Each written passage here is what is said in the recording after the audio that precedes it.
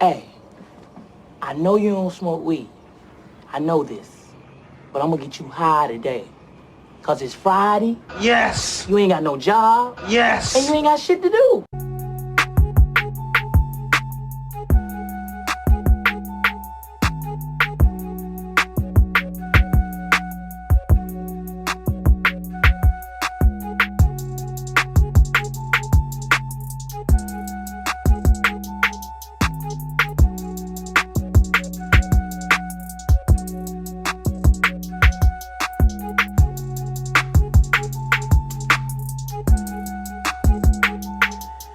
And we're back. What's happening? It's your boy, Ivy Joe. It's your boy, Just Kingin'.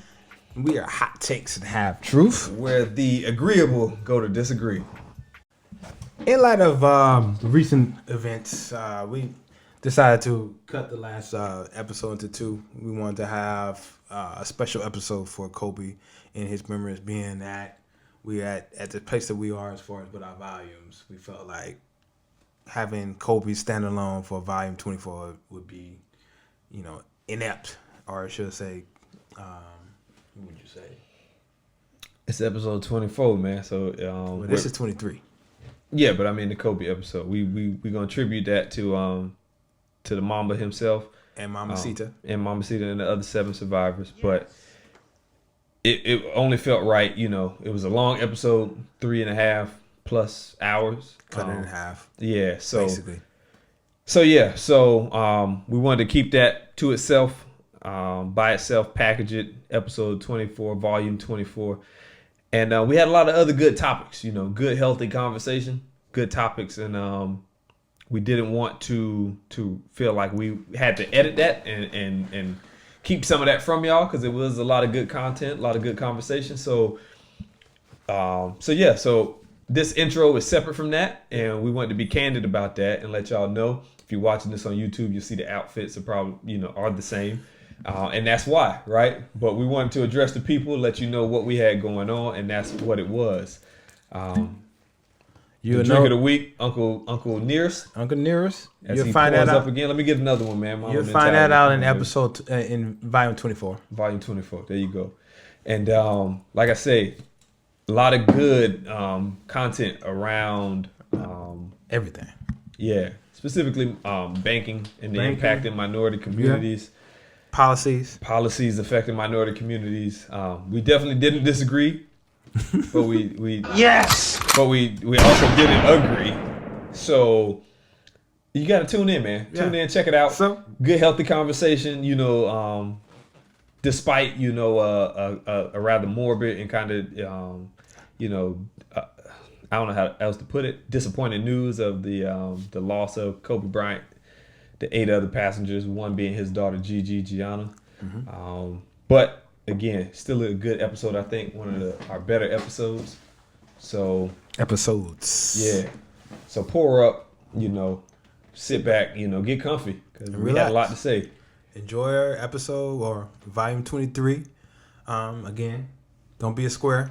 Hit that like, share, thumbs up, notification, love on all our social media platforms, YouTube, SoundCloud, Facebook on the Hot Takes and Half Truth podcast, IG and Twitter on the HT Square Pod. And if you're true to new school, old school, feel free to drop us an email at htsquarepod@gmail.com. You can reach me directly at I am Ivy Joe, and that's Joe Jeux on IG and Twitter. Yeah. And you can find me and reach me directly at Just Kingin on IG and Twitter. And with that, enjoy the episode. Yes. With that said, man, what you been listening to anything over the past week, man? Yes, I have, man. I gotta start. We're gonna start making posts about this too. I'm gonna start putting together like a little post. I'm gonna think of like a nice marketable segment. Maybe we'll call it like hot takes and hot tracks from hot takes or something like that. Okay. And we'll put it out. But what I've been vibing with, man, since the news, young lady, Cash Page out of Dallas, real dope project, Park Car Convos. The title alone had me. I'm like, okay, she talking about something. You gotta be talking about something. Taking me back to high school, boy. The Steak and Shake days. At a Steak and Shake. After Steak and Shake, you just sit in the parking lot in the little Grand Prix, 2-door, fogged up. You know what I'm saying? But dope little project, man. I definitely recommend it. It's interesting because she's I question if I should even bring this up, right? Her sexuality. She's bisexual. It's all good. But I'm listening to the songs, and I'm just like, at first I'm like, is this a nigga? Because she's talking, I be getting hoes and, line them up, hit them like motherfucking free throws. I'm like, who? It's funny, like, it's funny you say that, because, like, it's like a little chick that be on, so when I start my morning, I usually start my morning with either one of the sports shows. And sometimes SEC Network reruns the SEC Now for the night before. Okay. So it's basically every other night. It's like men's one night, women's the other night. So different casts. So naturally, the women's cast is basically all women. And there's like a little cutie on there. And I remember the first time I seen it, I was like, she like girls. And lo and behold, I went and found her. I was like, oh, she like girls. She like girls. She's getting married. Yeah. Shout out to her. Yes. So yeah, man, cash page. I'm all for it. I say that to say I'm all for it. No, it was not discriminatory about it. It was just I'm listening to the lyrics, and I'm like, that sounds like some shit.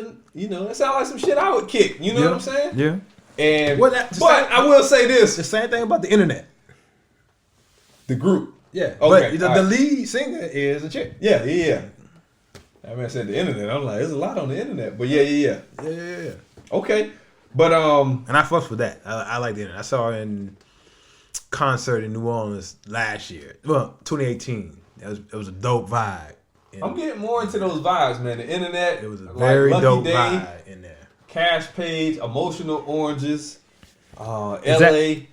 Emotional Oranges, is that a group? Yeah. Okay.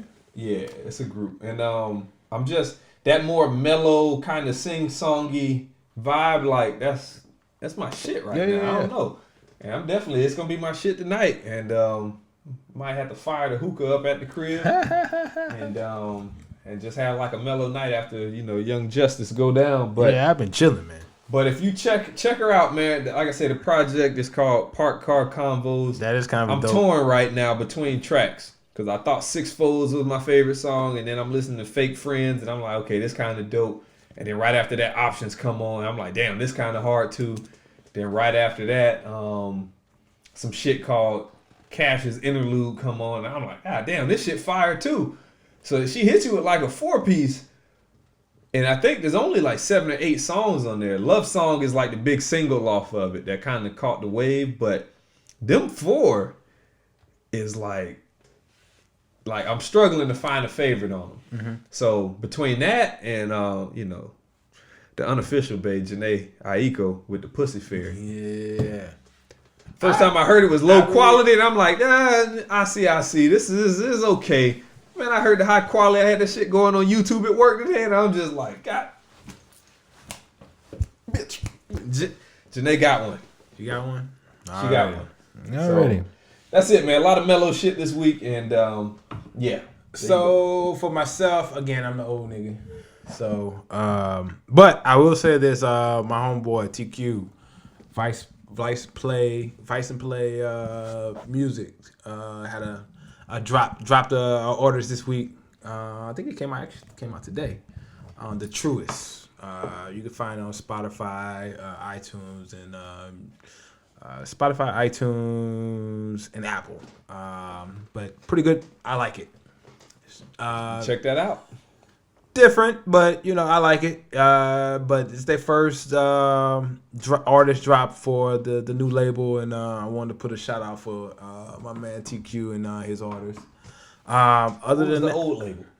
No, that's his label, Vice and Play.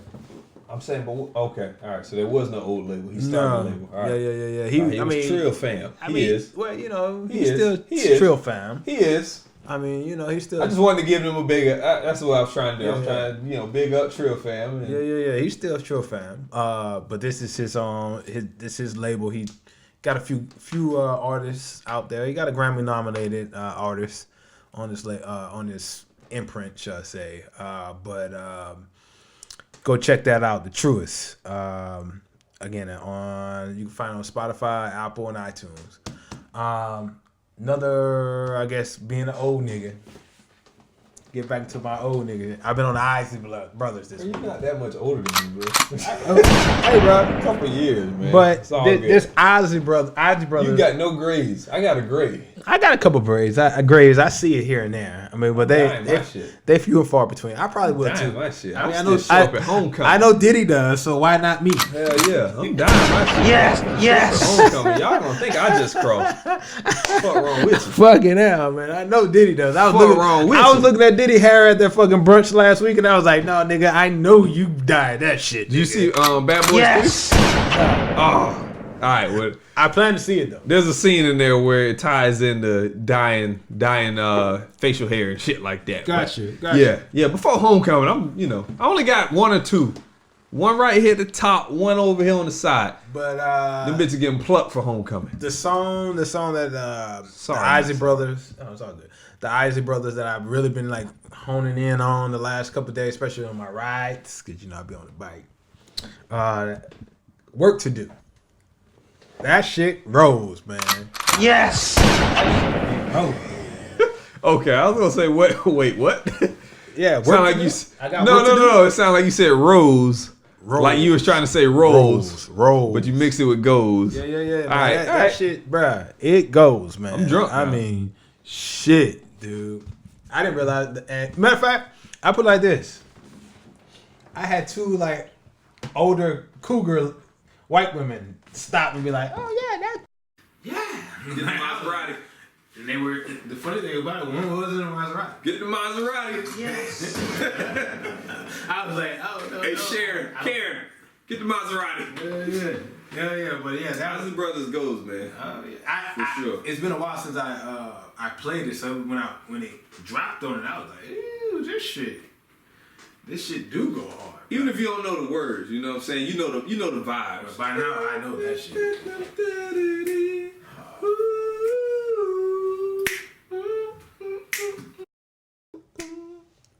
Without you. But with that said, man, that's what I've been listening to, baby. And I guess So all right. So this is what I propose, right? Mm-hmm. Since you seem to be a savant of, I say classical music, but I just mean older, throwback music. okay. Why don't we? And I seem to come in with like newer music. Why don't we just make that a thing? Like when we say what you've been listening to, rather than what you've been listening to, it's like, let's put the people on to something old. Let's put the people on to something that might be new and upcoming. Yeah, we can do both of that. I mean, what you listen to can still be there. Just it's just for me, man. It's just hard for me to get into the new shit, bro. It takes someone like you being like, nah, this shit hard, bro. You need to go like I probably wouldn't have gotten into the Roddy Ricch.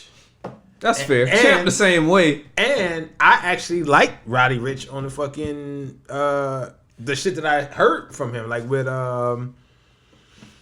Nipsey. I like that song. That was like one of my songs I liked. But I didn't even shout out to them too for winning that Grammy. I didn't put the two and two together that was Roddy Ricch. Yeah, that was shout out to them. That by far was, and I'm not hating. Victory Lap was such a good album. Mm-hmm. There was like you could turn that album on and just I would say 80% of that album could have won a Grammy over that song. 80% of that album you could go to for 80% of that album could have won a Grammy. Right? I know he was nominated before he passed, right? That was a big push last year. He had billboards and all that up. Mm-hmm. But honestly, he could have won a Grammy for 80% of that album. I'm happy that he got one for the song with Roddy Ricch. I think they kind of put that out to keep the steam going because at the time of the Grammys last year, his album was kind of probably trailing off a little bit because things move kind of quick nowadays. Mm-hmm. that fucking Victory Lap album, he's saying some shit on that album. Yeah, he goes in on that bitch, man. He's not just going in, like he legit saying some shit on that album, right? I don't know how to say it no different. And he's going in. And Yes. I just wanted to repeat it with more emphasis. Like, nigga, shit. But god damn. I'm sorry, man. Back to the Kobe shit. I am so happy that I drove out there to see him play one game in the Staples. Gotcha. I was in literally the last row of the Staples Center. My back was against the wall in the Staples, but I got to see my guy in Staples. I saw him a few times in New Orleans.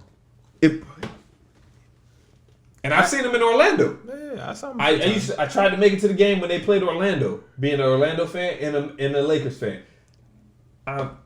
This shit makes it so much. It makes it so much better. Yeah, you're a Laker fan.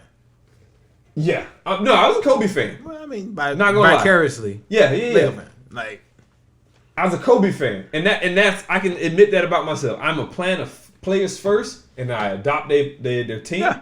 Because I was a Mike Vick fan, and wherever the fuck Vic went, my jersey changed. Which is probably why, like I said, whenever he was in like the championships, I was pulling for him because I was like, that's the nigga. I pull for greatness.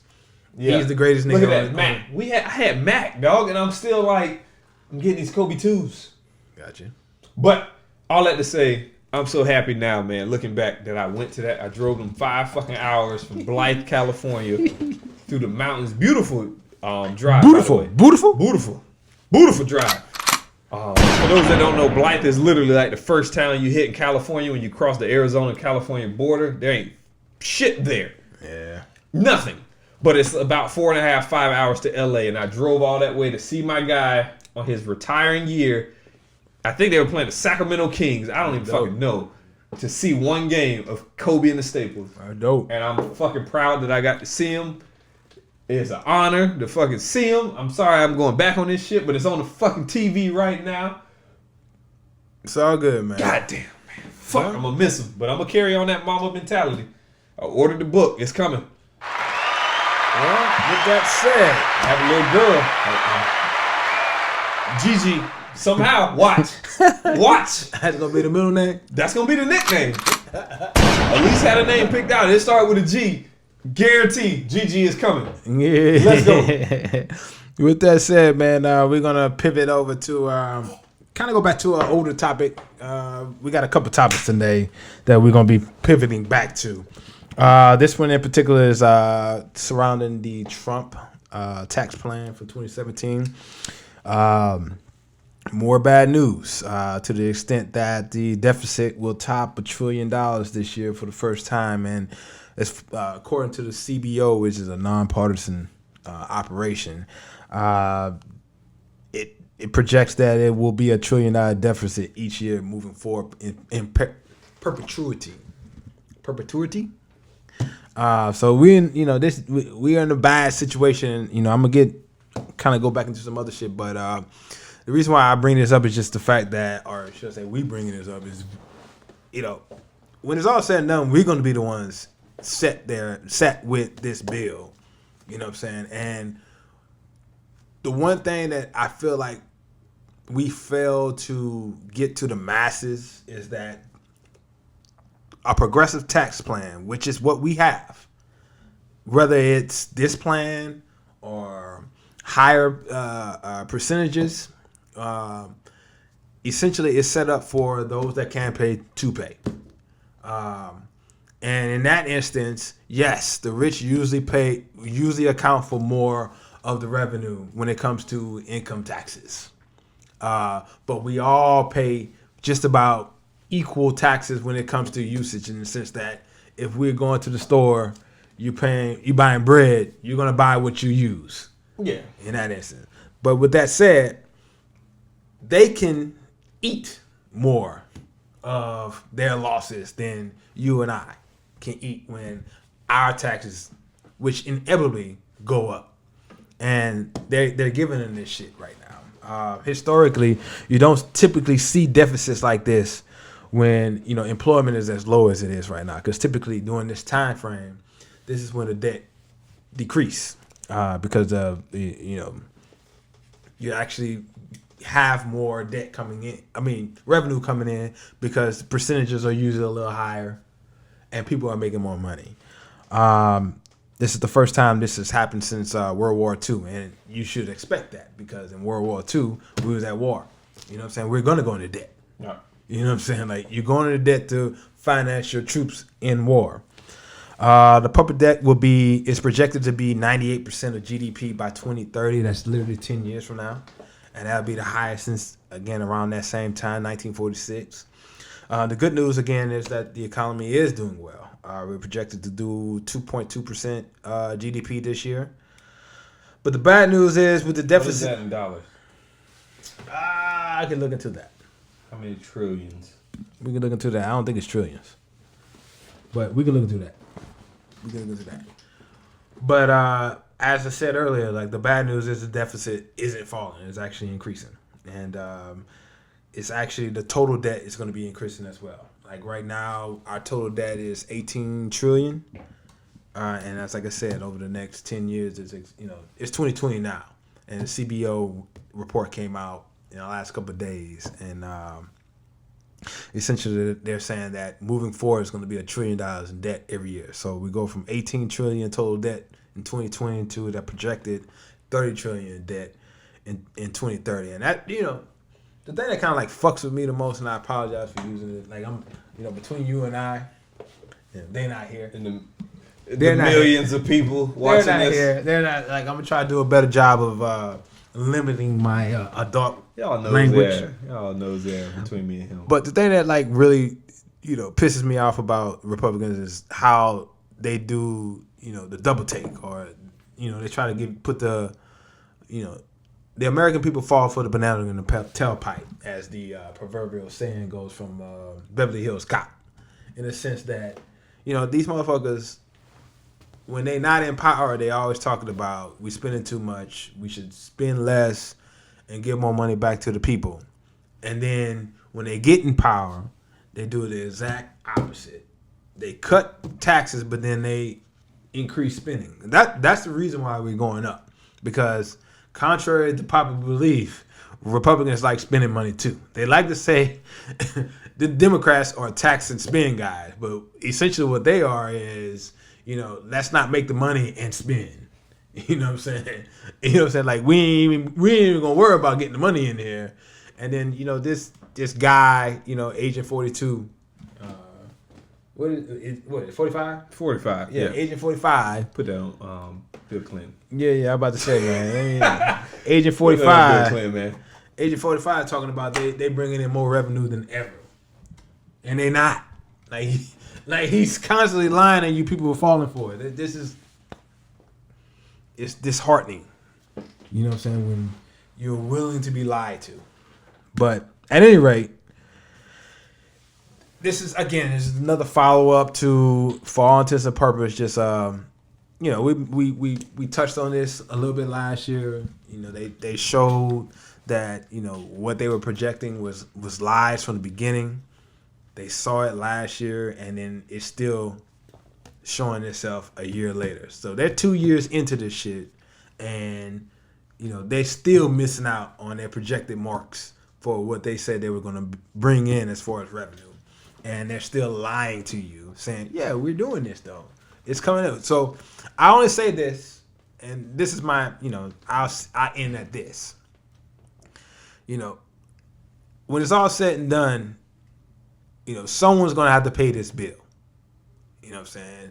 And the thing about it is, those that are at the top that are benefit the most from this, they're able to insulate themselves enough during this time to where when that happens, they can take that. Because they're like, I made $1 billion last 10 years. Yep. You know what I'm saying? Like, yeah, I'm good now. I made $100 million in the last 10 years. Yeah, we'll spend more money now so that I can have more write-offs on my tax plan. You know what I'm saying? Like, we'll just spend more money so I don't have to, give the government money. You know what I'm saying? Whereas you and I, or the average American, we're just going to see our taxes go up. And then we're going to be like, well, I make all this money, but they take so much from me. Well, remember these days. Remember this. Because we were going the opposite way. You know what I'm saying? As far as the deficit was going down. You know what I'm saying? Now it's going the other way. So you kind of get what you sow in this instance. And Yeah. With that said, that's all I had to say about it. Again, that's just one of those topics that we brought up. We talked about last year, one of our first episodes, and it came up. I saw the report. And I was like, yo, we should touch back on it. What episode number is this, by the way? Episode 23. Yes. Go ahead, round of applause for us staying consistent for over a year now. Well, right at a year. Somehow we're going to put out another episode before this one to make this one 24. I don't care if it's a blank fucking track. I don't give a shit. This episode 24. Okay. You won't. We too close. Episode 24 it is, then, baby. If this would have been episode 25, somehow it would have went backwards. Like most fucking skyscrapers don't have a 13th floor. Yeah, we can't have a 13th episode. So, hey, there we go, baby. We at 24. 24. I knew it was 20-something. I knew it was close. But yeah, the deficit is always interesting, man. And, I always struggle to care about it for two reasons. One, because it seems so far removed, right? But from the business standpoint, it's like take money to make money. Yeah. You know what I'm saying? Yeah. So I understand it from that aspect of like when you move a lot of things and when you try to shift and I'm gonna say reinvent for lack of a better word right now, and reinvigorate your economy. Like sometimes that takes a little push, that takes an investment, right? So it's tough for me though. It's tough for me to hear that hey, we're in more debt, but the economy is better. And it's like, okay, well, how do I separate the two, right? And at some point, it's debt, right? So at some point, it should be increasing. So from a practical standpoint, it's like if I looked at my mortgage and I owed more money next month than I did the previous month, it'd be like, okay, something's fucking wrong. Yeah, exactly. So in that sense, it's like I get worried. But in the other sense, when it's like, okay, this is the GDP and you hear the GDP go up or down or whatever case, and in this case, I'm going to imagine that or assume that it went up, right? GDP went up, it's going up, but the debt went down. So it's like, okay, so we're making... Debt went up. Debt went up, GDP went up, sorry. So it's like, okay, so they're trending together. So that to me is like a... But historically, it's supposed to be the opposite, though. Is it? Yeah. Historically, when the economy is doing this well, the debt usually goes down. Okay. Okay. Well, maybe in my mind, I can make an argument for both cases. And I can't separate the two right now. Because I can understand why we're expanding and we're growing, right? That takes money. Any business operation you talk about, right? Even franchising, if you're talking about, hey, I want to expand operations, that takes capital to do, right? And as a result, more people will be making money. So I can see that in that regards. So I can see how debt can grow, and income can grow, or GDP can grow. So I hate to bump in, say cut you out, but this is how. So this is equivalent to you saying, I'm going to up my spending this year and actively reduce my revenue. So I'm going to actively make less money, but I'm going to spend more money. That's what this is equivalent to. But is it though? Because GDP is revenue. But you only collect on. So GDP can go up, but you only collect on that. But so think about it like this. Yeah, GDP is going up, but you actively decide to take in less revenue by lowering how much taxes you pay on that. Okay. Now, so what they're you gotta dive a level deeper. So into their argument was that since that the GDP is going to increase, so we're going to make more money, so we're going to get more money because we're just going to be having more money come through. Whereas the loophole in that is they still kept all the loopholes in there though. A lot of the loopholes that you're able to loopholes a loophole. Yeah, like so essentially Two loopholes make a number 8. So, like what a lot of people would say was what could have made so what could have made the tax plan better is if they like took away all the loopholes and then reduced it. Okay. Exactly. And then reduced it to where it was. In that instance, then you would probably see that. But essentially what you did was like their argument was, corporate tax rate is 35%. It's the highest in the world. But that doesn't take into account actual tax rate. Because that 35% don't take into account a particular, industry's tax loopholes that they can write off. Yeah. So they rarely play that 35%. You know what I'm saying? And so now you dropped it from there to what, 21%? 24%, something like that. If even, but okay. You know what I'm saying? And you still let them keep majority of those loopholes. So now, it's not as high as they're reporting because they're loopholes. But they knew that though. They knew that.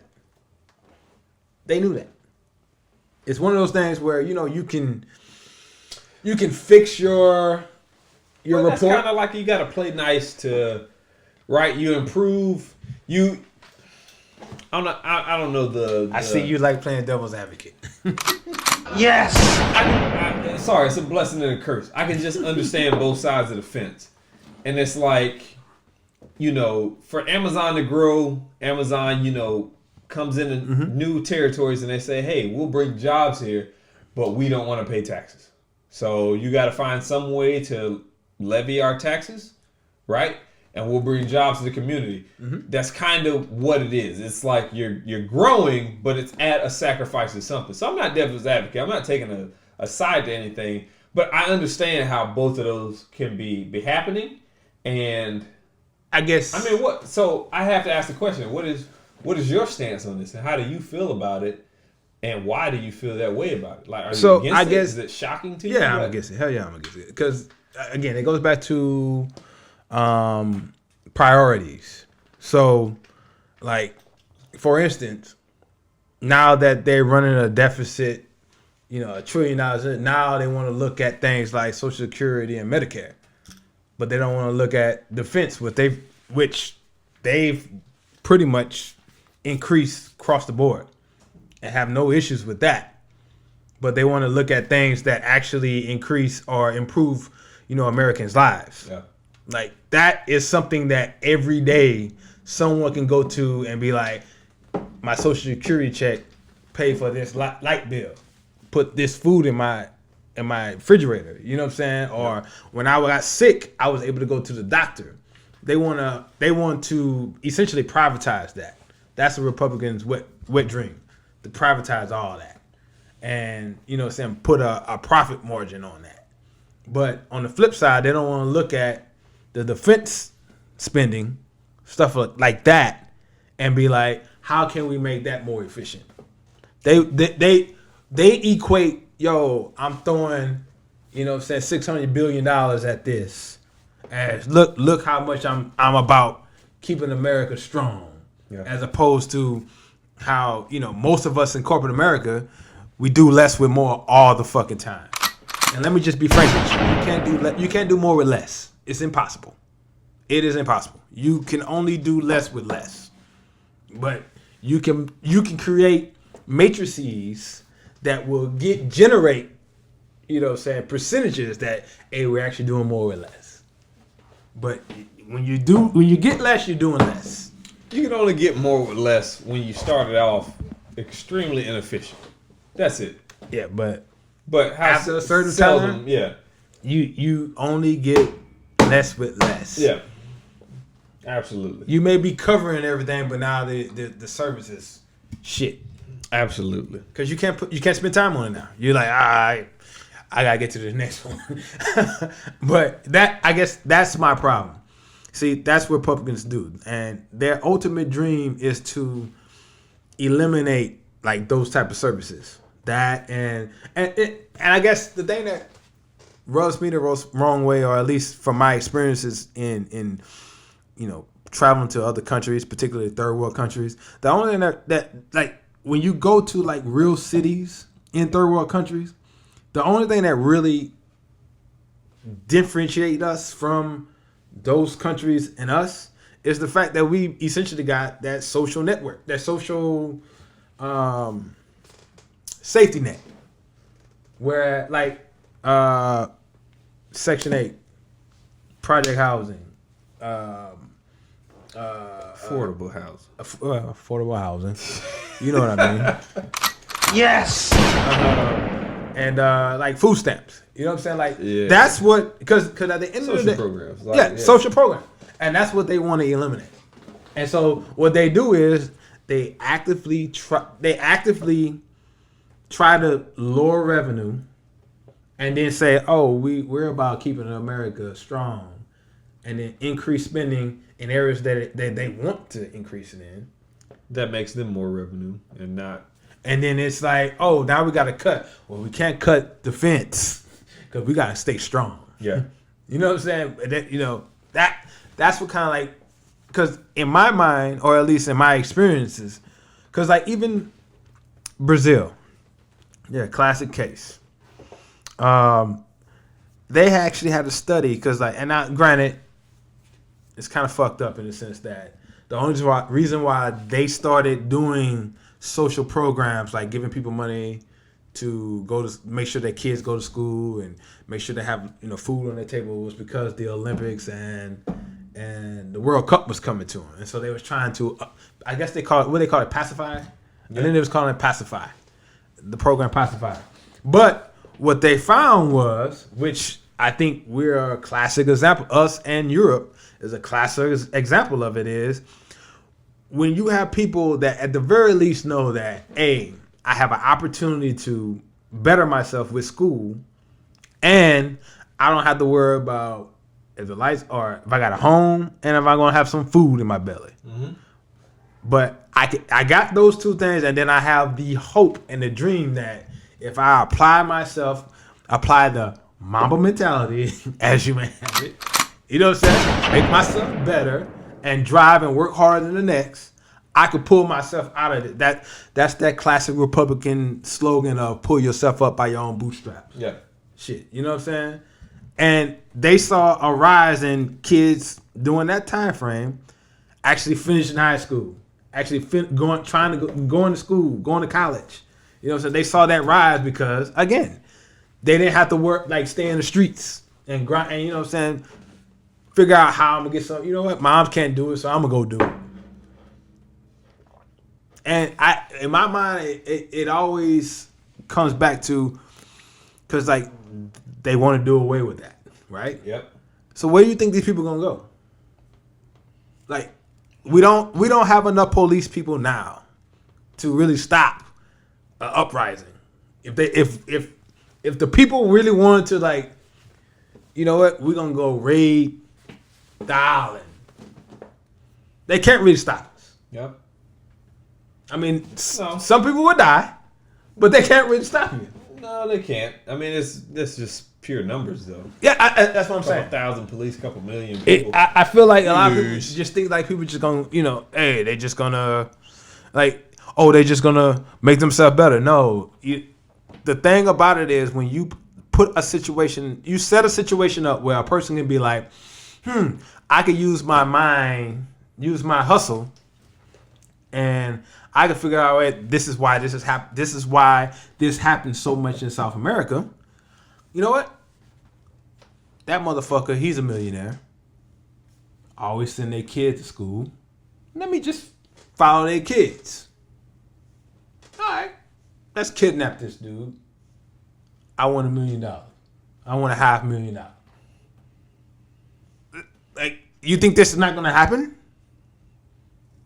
So, the money that you save in taxes. Now you actually got to pay in, you know what I'm saying, protecting your family. Like, so what are you really saving now? That's really what my mindset in that. Like if me paying my taxes is gonna be like, yo, the majority of the people that I would have to worry about coming, potentially breaking into my house, trying to do something, take from me, will be like, you know what, I can achieve that. I just gotta grind and do my thing in school. I can get there. Yeah. I will pay my fucking taxes. And I'm pretty sure the majority of us will. But you know the people who wouldn't? The people that can already afford to pay for those extra protections and security. Yeah.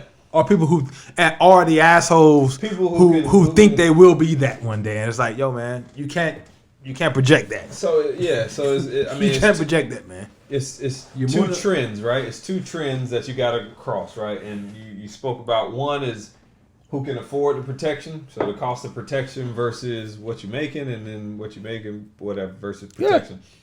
And rich people are on this side, to where the cost of protection is greater than the cost of taxes, is what I was trying to say. Exactly. So it's less than the cost of taxes, is what I meant to say. So to them, it's an advantage to just pay for protection and do the loopholes. At this point, it is. Yeah, at this point. But it's an easy decision. I mean, economically speaking, if protection costs more than taxes, I'm going to pay my taxes, right? So if I'm in middle class, I'd be more inclined to pay my fucking taxes because it's cheaper, in a sense, right? I'm not going to do both. Exactly. Right? I'm going to do the cheaper one, and that keeps me legal, or keeps me, whole, I guess, in a way. But yeah, if I'm super rich and I can afford, to hire accountants and protection to, funnel this money away, and these guys only want $40,000, yeah, it makes sense. But I guess my part to that is, I don't think the masses have really thought to that point where, I can make more money. That would be great. But then I'm gonna have to spend more money, on the back end trying to protect what I have. No, the masses don't think that way. And that's often the issue with anything financial related in this country, right? Is that on one side you have the few trying to make rules to justify the many, right? And then on the other side you have the many making rules to justify the many, right? But they exclude the people that are exceptional. And that's why we're always at ends, right? That's why you have two parties, bipartisanship, polarizing, whatever, all these words that describe being opposite and opposing, is because of that very dynamic right there. And I don't know what to say. I mean, you're never gonna get rid of one versus the other. It's just when the cycle is in your favor, I guess you kind of support it. I just see. I guess that's where I'm at. I just see it getting too far out on because, like I say, eventually it's gonna have to get paid. So inevitably, it's almost like Republicans always want to set themselves up to where they can always say, "I'm the tax-less guy." Yeah, but and in a way, I respect that, because it's self-preservation, exactly, which is the essence of survival. That's I think everybody's root instinct is self-preservation. Yeah, right. But they take it; they're a million levels removed, billions of levels removed. By level, I mean dollars. Yeah, right. Yeah. Is that it's not preservation at this point? It's hoarding. You got enough. Yeah, you're okay. Exactly. You're okay. You ain't hurting if you pay. They had enough prior to this plan. Yeah. They were good. If they would have kept the same plan, they still would have been good. Absolutely. I get you. You know what I'm saying? I get you. And in that instance, it's one of those things where it's almost like Republicans get rewarded for driving us into the ditch. You know what I'm saying? Driving everyone else into the ditch while they... No, they drive everyone in the ditch. Yeah, we all in the ditch. Even Republicans who vote that way in the same ditch. Now we all got to pay more taxes. Yeah, but that don't ring as well. They drive everyone into a ditch so that they could benefit. So they're sitting a little higher at the expense of the masses. I guess that's how you gotta pitch. That's how you gotta pitch it. That's how you gotta pitch it. Maybe politically, but they're still in the same ditch. Politically. Politically. Maybe politically, but not. You know, essentially they in the same mud. You know, Ernest was on that shit. Yeah, it's 100 proof. Oh fuck. It's 100 proof. But you know that was what Premium whiskey. It came across I saw that report from the CBO, and again we talked about it on a previous episode. So I wanted to kind of like touch back on it. You know, that's all right. Moving forward. Wait. All right, yeah. Hit the applause. I'm gonna ask you something since the Old Spice commercial just came out. All right, go ahead. Shoot. What you feel about Terry Crews, man? The statements he made. Hey, you want somebody that gets you off the fucking rails? This guy. You know what's not on that fucking piece of paper? Nah. Terry Crews. Definitely not Terry Crews. I think he a little. You know, that was weak. I mean, On his behalf? Yeah. Okay. All right. I think that was weak. You know what I'm saying? Like, look. You gotta, you know what I'm saying, you can't play victim all the time. You know what I'm saying? Like, he played victim to his benefit. And How then you play victim and he that big? Exactly. But at the same time, I mean, That's look. 450. Look, if 447. you know, 57, whatever. Essentially, if to me, it felt like, you know, those in power went to him to ask him to appease for them. And in that instance, I think, you know, he should have just, again, stay quiet. Yeah. You know what I'm saying? Just be quiet. And for those that don't know where the again came from, we had a previous off-mic conversation about Sage Still. Yeah. We won't get into the details, but it's just be quiet. certain topics where you don't have a leg in the race, right? You don't have anything personally to lose, but there's a bigger agenda outside of you to gain. Shut the fuck up. Yeah, just be quiet, man. You know what I'm saying? Like He's saying be quiet. I'm saying shut the fuck up. Right. Because if this my boy, he is fighting a battle against, you know, racial discrimination. Yes. For me to come out and say, well, I've never been discriminated against. I've never witnessed it. Yes. It not only kind of it lends the ops. I'm gonna speak to you millennials, you know, my people. You know what I'm saying? Yes. It lends the ops fodder to say, well, he doesn't think so. And she must so be maybe lying. it's just you. Yeah, maybe you lying again. And you know, Yes. we deal with a lot, and just to speak frankly, we deal with a lot of that just in general.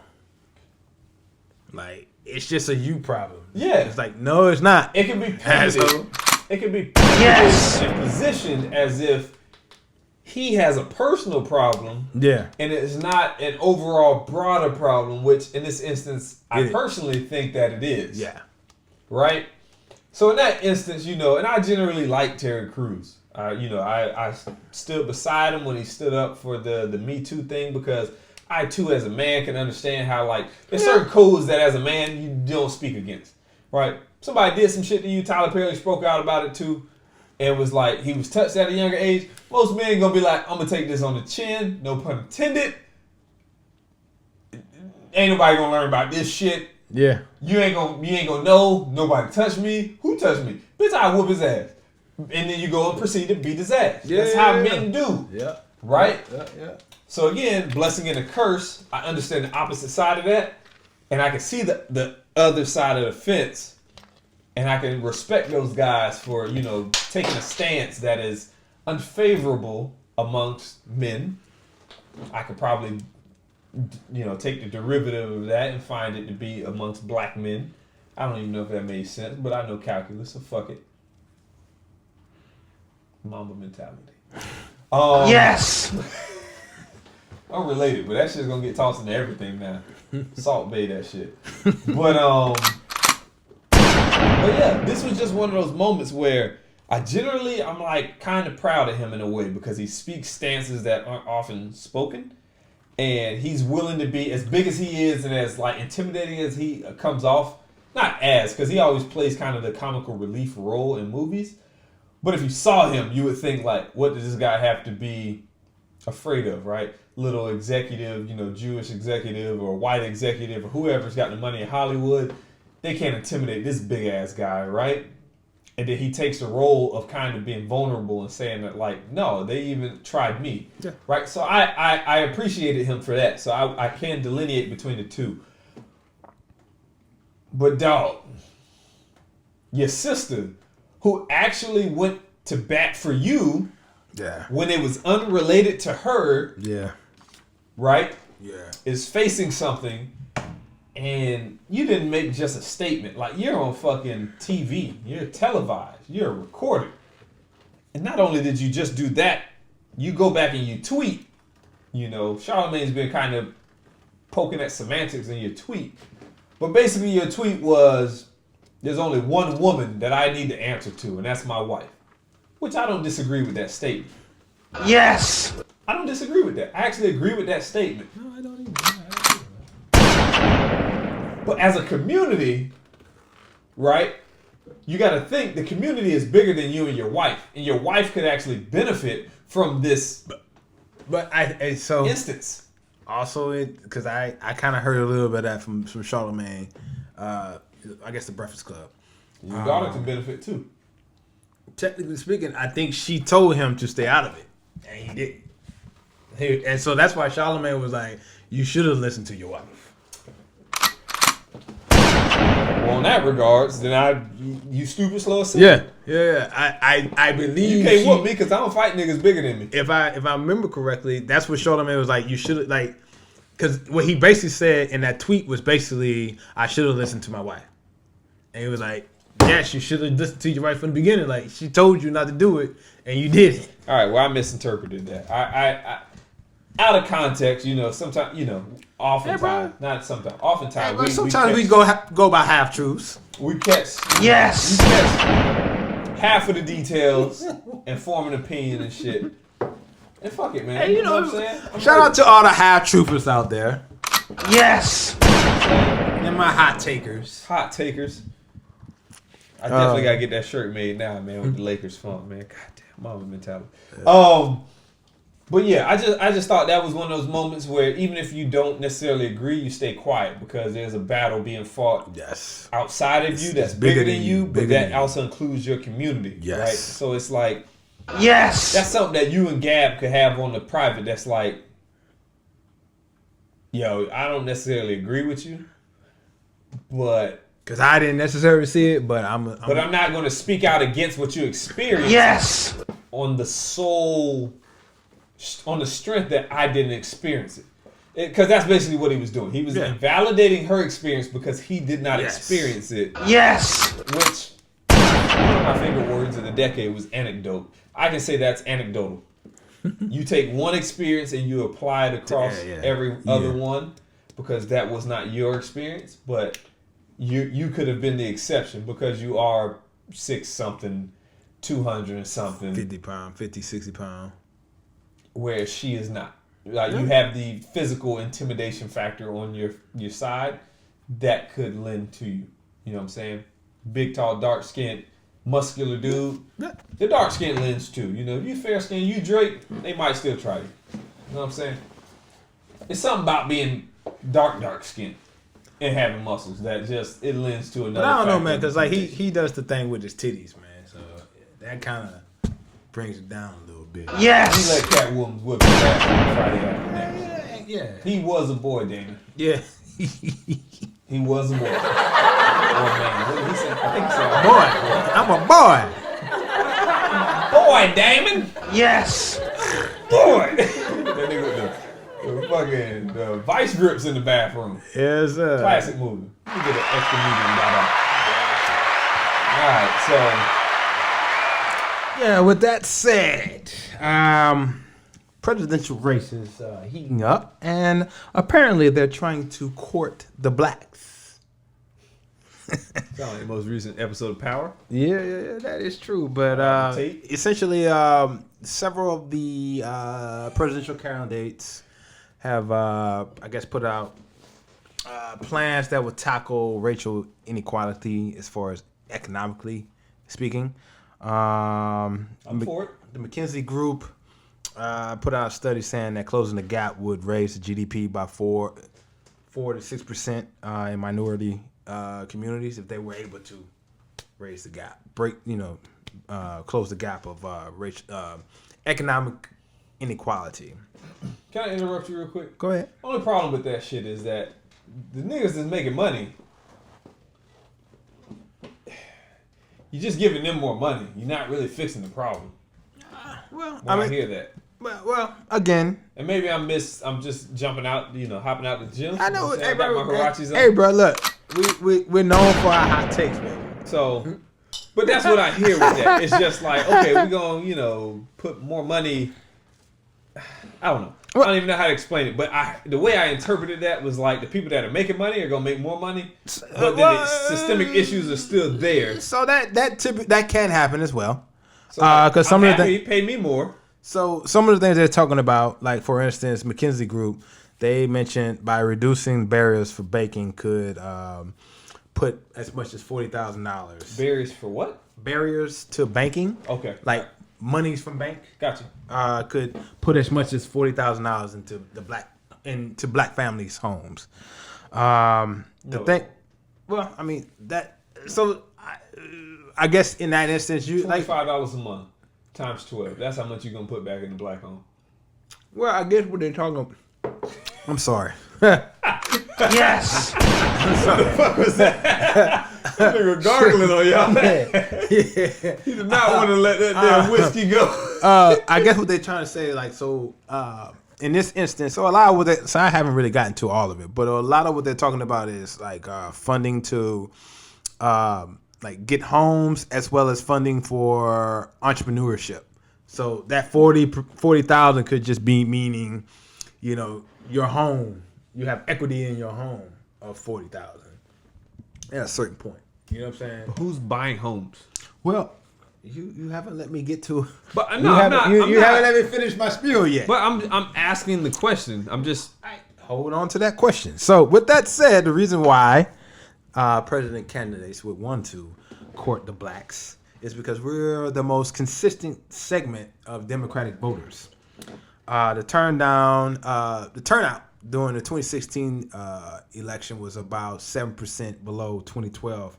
And with that said, Biden. I wonder what drove that. Yeah. Maybe the absence of a black presidential candidate. Or just the fact that no one really motivated us to come out to vote. I mean, nothing was, Okay. Sometimes it takes. Unfortunately, being that we had someone like Barack in office. You said 7%? Yeah. But, I mean, that 7% in certain states could if you look at, again, we talked about this on earlier podcasts, but, if you look at total votes, Trump lost by over 3 million votes. Mm-hmm. But he won in, I think, 3 states by 60,000 votes. So 7% in those areas. That's because we don't understand electoral college and the votes and how they work. And you can look at certain districts and in states and just understand that those states are going to be blue or red, right? It could go either way. They just kind of know. That's why Trump didn't really campaign in New York. He didn't really campaign in California because you're going to states like that are really diverse, have really diverse populations typically, or I won't even say diverse. They have massive cities that are very diverse, like New York and LA, and they feed and they drive the state's revenue, and they feed off of one large population, but with that comes diversity and things of that nature, right? The population of New York is 18, 19 million or something like that, and 13 of it is in the metro city area, 11 to 13. Yep. So I don't know which source to trust, but so when you have that, it's like the rest of the state might vote completely opposite of them, but because they are so many, they're so populous of the vote, they usually. Like for instance, where we live at, the tri-county area that we live in, overwhelmingly went to Clinton. Yeah, overwhelmingly, it was like 60-something%. It just, I even think, well, no, I think here the opposite was. They just happened to the Republican end have a higher turnout, so they kind of like ate into that margin that they typically have in the tri-state area, tri-county area down here. But she still won like 64% of the vote in this area, which is impressive, typically speaking. But with that said, another, I guess, kind of issue with according to blacks is that, Biden right now has anywhere between half or a third of the black vote when they do polling. But you can't look at us like a monolith because a lot of the younger voters are trending towards Sanders. With that said, some of the programs that came out over the last few weeks, Bloomberg, his program, he wants to triple the wealth of blacks and double the ranks of black ownership. His program will consist of $70 billion focused on racial and economic inequality in 100 communities in America. And he's also, part of that $70 billion would be commissioning a study on the concepts of some sort of reparations. Senator Warren has a $7 billion program where she'll put $7 billion of grants to minorities that start businesses. And then Pete Buttigieg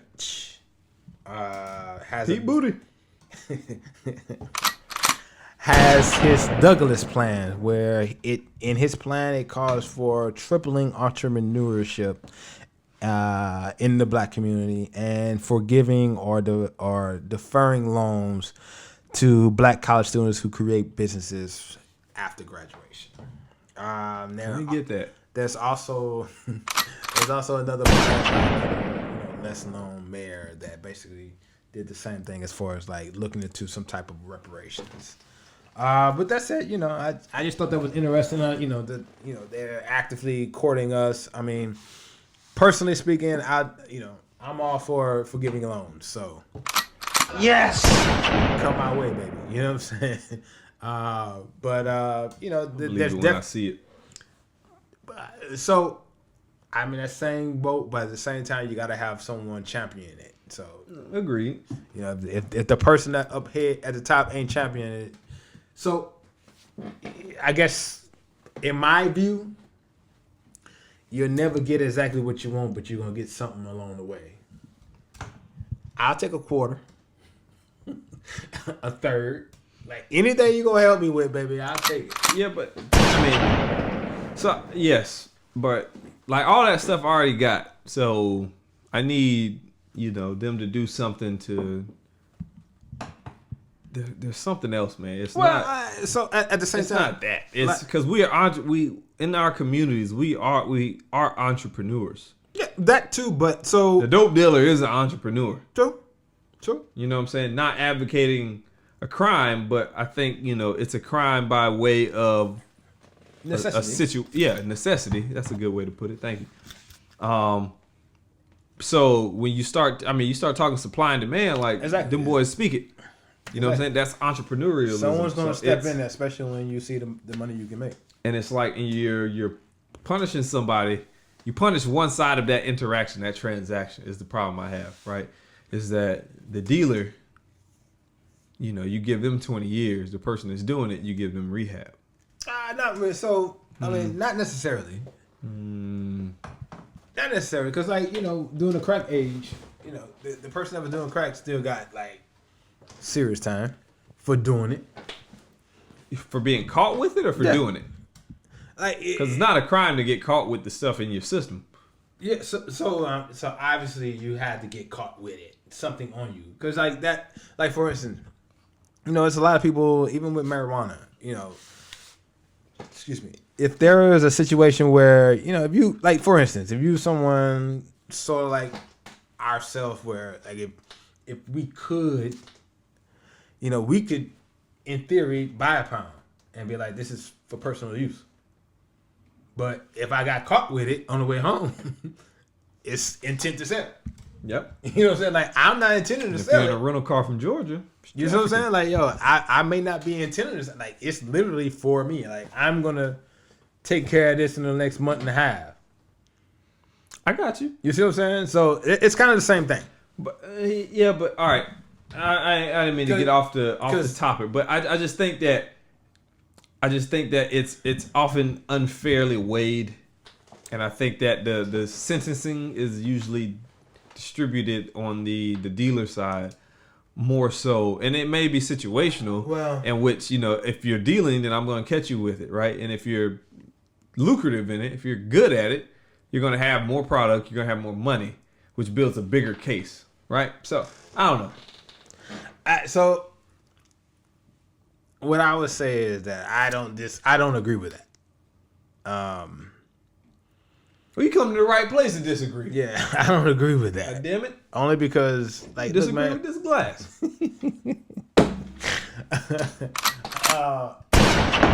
Look, my man, whoever it was who decided to deal, he made a decision to do that. You know what I'm saying? I guess you could say the same about the person who decided to be the fiend. Okay. But they ain't even gotta be a fiend, because when somebody smoke a joint, you don't say they're a fiend. But I guess the difference between the two is one is allowing it, is allowing the situation to happen, whereas the other one is just taking advantage of the situation. In a sense that if, in theory, because like we said, whenever there's a demand, someone's gonna step in to supply it. But in theory, the drug dealer is the clog to how this dope fiend or the person that got caught with the drug got it. And if he wasn't there, if he didn't do it, then in theory it wouldn't have happened. It would have eliminated it. You know what I'm saying? I guess in that instant it would have. What's the movie? Breaking Bad. No. What's the movie with your boy? Better give me something. Fuck. Dark Knight. No. Waist Deep. What's the white boy in Paul Walker. No, you know his name. He's a guy that always got young girls. Young cat. Zac Efron. No. White boy. He was in Basketball Diary. I ain't watched that shit. Basketball Diary. That ain't no movie. Yeah, it is. Come on. Who's the guy in the Wall Street? The Wolf of Wall Street. Leo. What was the Leo one? Leo was not in the basketball movie. He was in the. That nigga been getting eat up by bears lately. Dude, that nigga was in Basketball Diary. At any rate, that was his first. I think that was his first movie. At any rate, what's the movie where they're able to go into people's dreams and rewind time? What's the name of that movie? Titanic. Almost. Yes. Yeah, I just looked at that shit too the other day. I know the movie. I'm just not saying. Yeah, it right it's that because I looked at it the other day. In vitro fertilization. Nah, but anyway, it's Inception, man. Inception, exactly. Yes. Unless you're Inception the shit, that ain't gonna happen. You know what I'm saying? You can't just remove all that shit. How does this happen? Someone's gonna step into the role. Well, that's the man. Like we said, there's gonna be someone's gonna step in to supply it. But wait, how'd you tie that to Inception? Because in that instance, punishing that person that's supplying the dope. The only way that you really could take that shit away if you can exception his ass. And just remove all that. Man, it's some dope in this Uncle Ernest. I'm just saying, Uncle Nearest. But at the same time, that's how far-fetched you have to go to say that if we just punish that guy, it will go away. That's I think it's the chicken and the egg. So I agree, but at the same time, that's the one guy who's like, yo, dude, you decided to sign up for that. People don't deal Percocets and people still got addicted to them. You know what I'm saying? Well, people do deal Percocets. Well, technically, people did deal Percocets. It just so happened they went to medical school. So, yeah, but all right. So my point is that Percocets are legal, and people can have a valid reason for having them and still get addicted to them. True. So that to say that True. people can naturally find vices and be addicted to vices. You don't need a middleman there. No, you don't. So I don't know. It's kind of you got to punish something. It's kind of chicken and the egg. Yeah, I think it's flawed thinking, but I get it. Again, I can understand some shit and still not agree with it. So I hate that. I wish I could just be on one side. We got on a ramble for no reason. But what you thought about the presidential plans, because we were Yes. I honestly forgot their fucking original shit. So essentially, I'm mad that they fucking taking this out on presidential candidates on the Democratic side are actively pursuing black voters. Minority black voters, and they're doing it. They're presenting plans to like affect those communities to draw them out. And the McKinsey Group had a study that showed basically if you minimize that gap, the economic gap between minorities, it will actually help the overall economy's GDP by 4 to 6%. And that's just certain measures, like for instance, actively making banking more available to minority groups will actually put more money in their pockets. But with that said, they had a few candidates had specific programs, like Bloomberg with his $70 billion program to actually put money, that $70 billion into like 100 disadvantaged communities across the country, as well as putting a study in place for reparations, look into the reparations aspect of it. Warner with her $7 billion grants for minorities starting businesses, as well as Buttigieg and his Douglas plan to raise entrepreneurship in minority. All right, let me kind of address it. I guess what's your thoughts on that? The 46%. I'm interested to see how they got that fucking number, because we're only like 12 or 46%. What you mean? You said that it would improve something by 46%. 4 to 6%. Oh, okay. All right. GDP. All right, that makes better sense. I was gonna say I don't know where the fuck you get 46 because black 4-6. people are only 11 to 13%. Hispanics are like I've seen as high as 20. Yeah. They getting up 23. I think is the highest I've seen. So 18 to 23. But Asians are smaller than black. Yeah. It's very. Indian is smaller than. Yeah. All the Asian sector is small. I think they lump them all into Asian. Actually. Yeah, that's what I'm saying. Okay, that's what I said. And it's smaller than black. Yes. So my point, overarching point, is that shit don't add up to 46. I don't know how the fuck they got that. But 4 to 6%. 4 to 6. Okay. I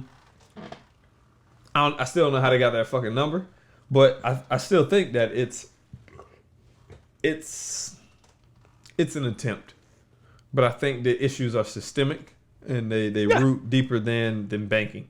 So will it help? Probably. Will it have some kind of incremental benefit to minority communities? Sure. But so I think there's an incremental benefit, but I think there are other things that can be more beneficial to the community. So like what?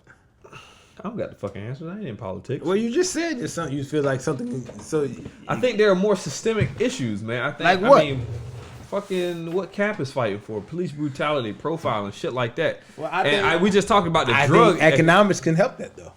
Yeah, but their economics don't affect. Their economics only help people that are already kind of on the right side of justice. But at that same time, though, like for instance, if we're able to put more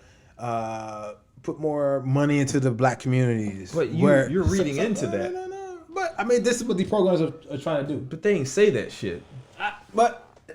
So one has to come before the other.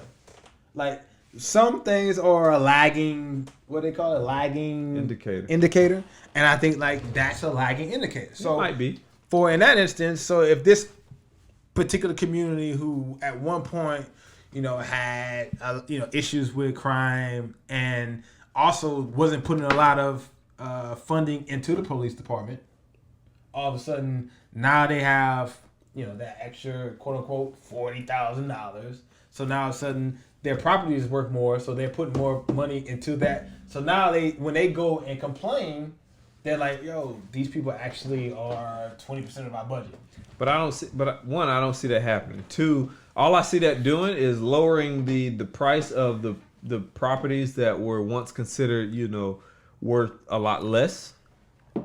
And once again, you did not educate the people in those properties, right? You gave these people equity, but you didn't educate them on equity. Hold on, because I see the gears turning. You didn't educate them on the equity, so it's not like they're going to take the extra $40,000 and make a smart financial decision with it. You know what I'm saying? I had an argument with a guy that I work with at Siemens about this. He graduated high school. His granddad gave him some large lump sum amount of money. I don't remember, 40,000, 50,000, 80,000, 100,000, right? His argument to me was everybody has that opportunity. My argument to him was no, everybody doesn't. You fucking don't. And I say, and on top of that, and that's gonna lead to the next conversation. and on top of that is that even if people in the lower, income and lower educational kind of stratospheres were giving lump sums of money like that, is that, and I'm not speaking down on them or nothing, but do these people even know the stock market exists? Do these people even know mutual funds exist, bonds, investment, vehicles exist? They don't. So what are they going to do? I come from some of that life, right? I'm not going to say I was in it. We was middle class, like well into the middle class. I was adjacent. Yeah. But it's like, but I saw it. And I came from a single mother at one point that was Section 8 and everything else. So I have memories of that, but it's the age old tale, right? Is that if it's lottery winners, right? I can make it more simple of an analogy. Okay. It's the lottery winners who don't understand money. You give them a lump sum of money, and what's the statistic? It's 30-40%. Lottery winners end up broke again down the line. It's because you gave them a bunch of money and they know what to do. They ain't know what to do with it. You know what I'm saying? That's why I was like, they don't know. It's to this degree, right? I can speak, and you can speak to this too, right? You can speak to, is it better to take a lump sum or is it better to take the payment over time, right? We know about MPV. Yeah. They don't know that. NBA players, NFL players don't know about MPV. And these are millionaires.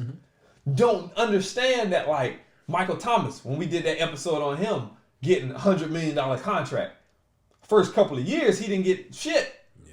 He was paid, one, heavily leveraged in performance incentives, and two, it was over time, in which more time means that money's worth less, has the same dollar amount, still says $25 million for that season, but that 25 would have been 32 this season, right?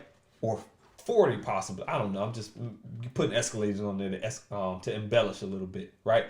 But we understand MPV. How many people understand MPV? They don't.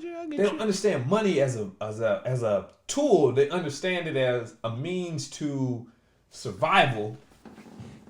And I think that's ultimately what needs to be fixed. It needs to be fixed at a systemic level. It needs to be fixed at an educational level, and not just, hey, I'll give you 50,000. Well, so I don't think it's necessarily giving money in that instance, but they always talk about how there was red lines where, certain parts of the city, they just wouldn't give people that lived in that part of the city loans because that was not, places that you want to put money in. And the thing that made that systemic was the fucking government did the fucking study, made the red line.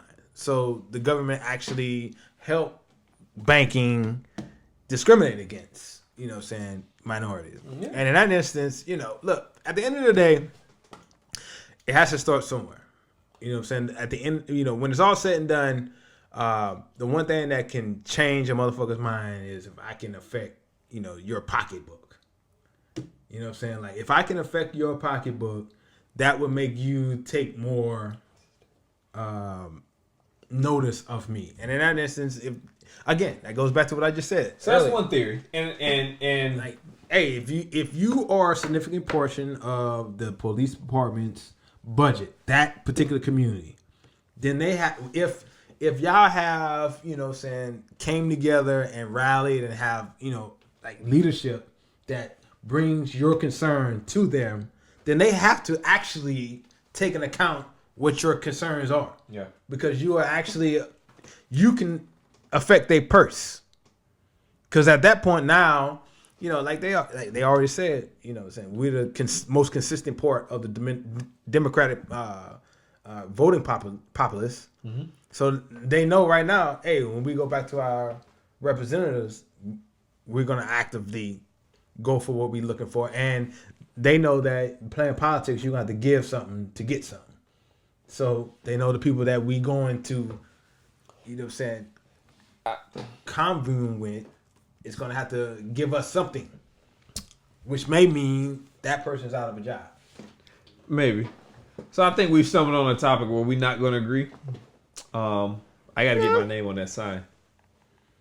Probably I don't know. not. But I don't know what that means, but I think we need to address it though. Like something like banking needs to be adjusted in the sense that that was a way in which they systematically held us back. But that's the key word. The key word is systematically, right? And that's what I was going back to, is that they're systematical, or systemic. Goddamn Uncle Nearest. Uncle Ernest. Yes.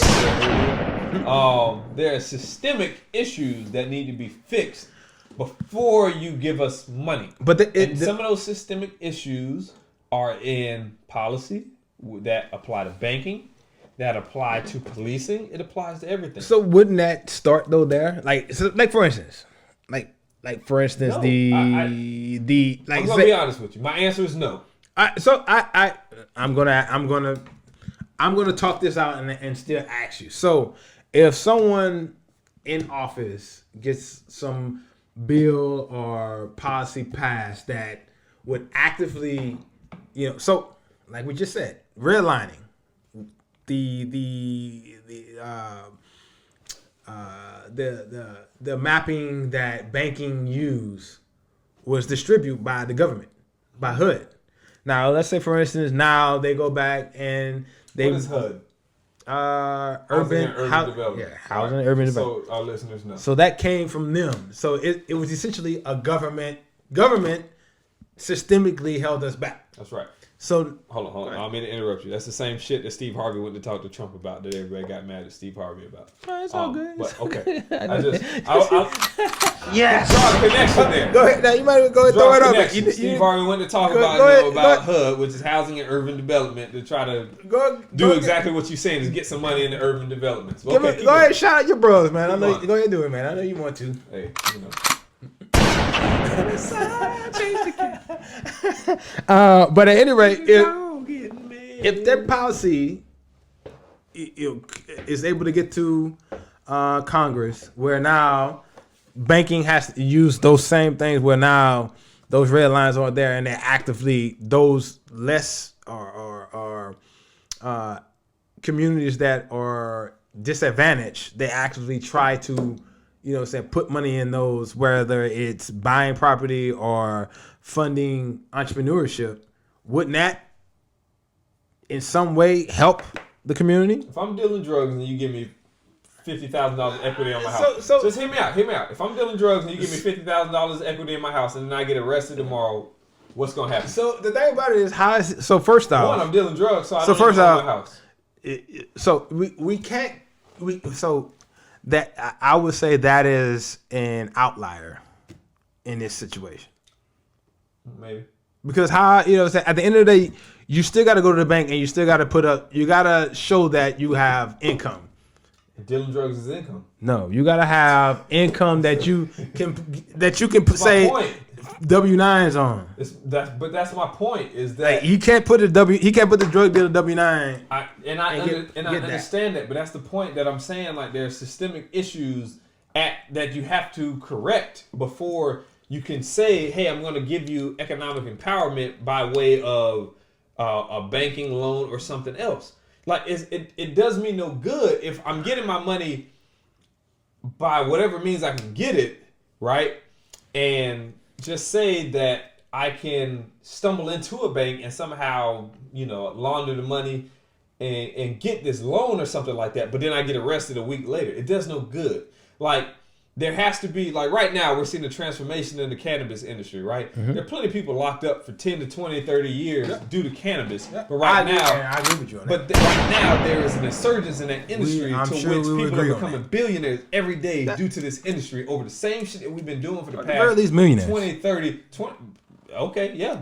But millionaires invest in becoming billionaires. I don't know. There's a lot of money at play. Yeah. And none of these people right now are being sentenced because of it, right? Because it wasn't legal before, and it's legal now. I get that, and I understand that, right? But the problem is that we need something like that to happen, for there to be a transformation between what we are good at, and I'm not saying what we're good at is good or bad. I'm not putting a moral compass to that or not. I'm saying at what we dominate right now. Or not even dominate. I won't even give us credit to that. But what the stereotype exists, right? when you start talking of mass incarceration and what a lot of people are locked up for, a large portion of that is the war on drugs. It's drug related, right? So saying that if you change the perception of that, if you change the perception from one of a drug dealer is a criminal, he's dangerous, he's this and he's that, right, to one of more entrepreneurial, because as we're going to get into, some very famous and rich and lucrative entrepreneurs are entangled in disputes, right? They're not perceived as violent. They're not perceived as dangerous, right? They're not perceived as threats to society, publicly at least. Gotcha. But as we will discuss in a minute, other people may see differently, and other people may see them as threats, but that is not their image in the media. I got you. So if we can change that perception to one to be parallel to that of a Mr. Jeff, what's his name, Jeff Bezos, Yeah. right? We get rid of the stigma that these guys are all dangerous and mean to do well, because honestly, when I was on that side, nobody meant to do well. Everybody was just trying to make money. And if the people that came to you for the product that which you sought, you had a good product, right? Gotcha. But it is what it is. You weren't selling them bullshit to try to damage their life. You were trying to sell them the best to get them to come back and be repeat customers. Same thing that Mr. Tim Cook does. Gotcha. Right? And I can argue that people are more addicted to their iPhones, or just as addicted to their iPhones and their Samsungs and their Xboxes and PlayStations and whatever else as they are to, a substance that you ingest in your body. If we can level those playing fields to where, a Big Meech is looked at in the same regards as a Tim Cook, then you say, hey, we want to give you $50,000 to economically empower you. Right, so I agree. I think we're getting out. I think we're getting out of, the topic in this situation. In the sense that I think you are jaded by your experiences in that situation. While in general, I would agree. You know what I'm saying? Yeah. I'm not jaded because I was kind of far removed from that situation. But I can see the stark comparison between the two. So here's what I'll say. I can call bullshit. And I call bullshit. So, and I guess the problem with that is, when you are actively trying to put policy in place, you're putting in policy in place to affect the majority, as many people as you can. So in that instance, if you are on that side of the law, then it's not going to help you unless you have some revenue coming in that's legit. Okay. You know what I'm saying? And to which, as everyone knows in this country, majority of people, families' wealth is in their housing. So if you're not able to get housing because where you live, you're redlined, well then the way that most people generate wealth, you're not able to get that. The issue, and let me get one more, and then I'll let you. I'm just gonna ask you a question. I'll let you have that. But the issue at that point was there was literally people that could afford the mortgage, but because where they live, they wouldn't get the mortgage. So they weren't allowed to get those properties that therefore, 10, 15, 20 years later, if they were able to buy into that community, then they would have had more ownership and would probably, in that instance, the hood wouldn't have been the hood like the hood. You see what I'm saying? But because they weren't able to own it, it's a little different when it's yours as opposed to you renting. Yeah, it is. Oh, no, I agree with that statement, but I disagree at the same time because you made a couple of statements, right? One being that, we're the minority. Yeah. Right? And historically speaking, we have always been undervalued compared to our white... True. I'm not arguing that. Our white, whatever the word is, counterpart. Yes! Right? So you look at, we got references everywhere. Mm-hmm. We have cultural references in music and paintings and whatever. Jay-Z said, hey, once upon a time, this same place in Dumbo was worth this much. True. How much is it worth now? Yeah. Right? Due to gentrification. Yeah. Michael Shea has a special on Netflix right now where he talks almost exclusively to white women, where he says, do you know how much power you have to where just by moving to an area, you can increase the value? Yeah. Right? Black people can't do that because we are not not that we can't do it, but hold on. What we could do is if banks will allow us to invest in our communities. But that's not. I don't think it's driven by banks. I think it's driven by public perception, and it's driven by the majority perception of us. What do they say when a black person moves to a white neighborhood? Right? What is the stereotypical phrase when a black person? I'm not arguing with you right now. I want you to answer this question honestly because I know you know this phrase. What is a stereotypical fucking? I think of it as it's derogatory statement when a black person moves to a white neighborhood. What is the phrase? For who? Like, Just anybody. Phrase for is like the black community or the white community? No, for the white community. What, there goes the neighborhood? That phrase alone is what this is rooted in. Is that because you and I, like I told Champ before, you know, Champ seemed to have this kind of clouded judgment, and he looks around. Almost had an edit point there. He looks around the office. He looks around the office, and he was like, "Man, we doing good. Why are we still in Lil Haiti and Opalaka gang banging and this and that?" And I said, "Champ, yeah, we're the exception. Yeah, we are. That's the, you. I agree with that we, me, Champ. Yeah. I could name other names, but I won't. Right? Yeah. We are the exception. We made it out of the struggle. Yeah, the exception. Yeah. Right? So you can't judge the whole by the exception. We're the few, like statistically speaking, we're the few that was able to get out. We are outside of the upper limit. Yes. Possibly the lower limit, right? But we are outside of that normalized data set. Yeah. So you can't make a judgment call, at least if you're using, you know, statistical measures like the mean, median, whatever, Gotcha. like that, right? You can't make that call based on us because we are outside of the data set. Yeah. So the same thing I think applies here is that there are a lot more, like if you ever Google what's the median income in South Florida, you'll be surprised. It's like $48,000. Okay. No, Right? I wouldn't be surprised. Okay. Because, All right. Well, because of my MPA. okay, there you go. Right? $48,000. And then I look at myself having a mortgage of $300,000 or something, right? But see, that's why when I say policy, it's because of that. It's like when you put policies in place, it's not gonna affect everyone. No. Everyone's not gonna. But in this instance, these policies that they're talking about they're putting in place to affect the minorities. So now it's the majority minorities. Unfortunately, if you're outside, But I question if that is that. I mean, look, That's what this all lies in. It's who are you calling the minority? Are you calling the minority the people that show up to your campaign speeches at City Hall? Because that may or may not be a person like you or I. I think that it probably would be you or I, and not the person. Yeah, so we definitely in that. But that's my point. Is that we're not the person that's working 4 or 5 jobs to maintain and to survive. But at the same time, you don't think that they could afford a mortgage? That in the past they wouldn't have got because they just happened to be in the wrong place. But again, I don't think that it's a matter of do you have the money. I think it's do you have the education. Well, technically, it was that. There was studies that like these people actually made enough money to get if they would have been somewhere else outside of red line, okay, and been white, they would have gotten those mortgages. It just so happened they were in that area and they were able to deduce that they're black. And so they weren't able to get it. Understood. But I'm going to be honest with you. That all sounds good. There's a few variables in there that aren't in their control, right? With any kind of analysis, right? You have control variables. Yeah.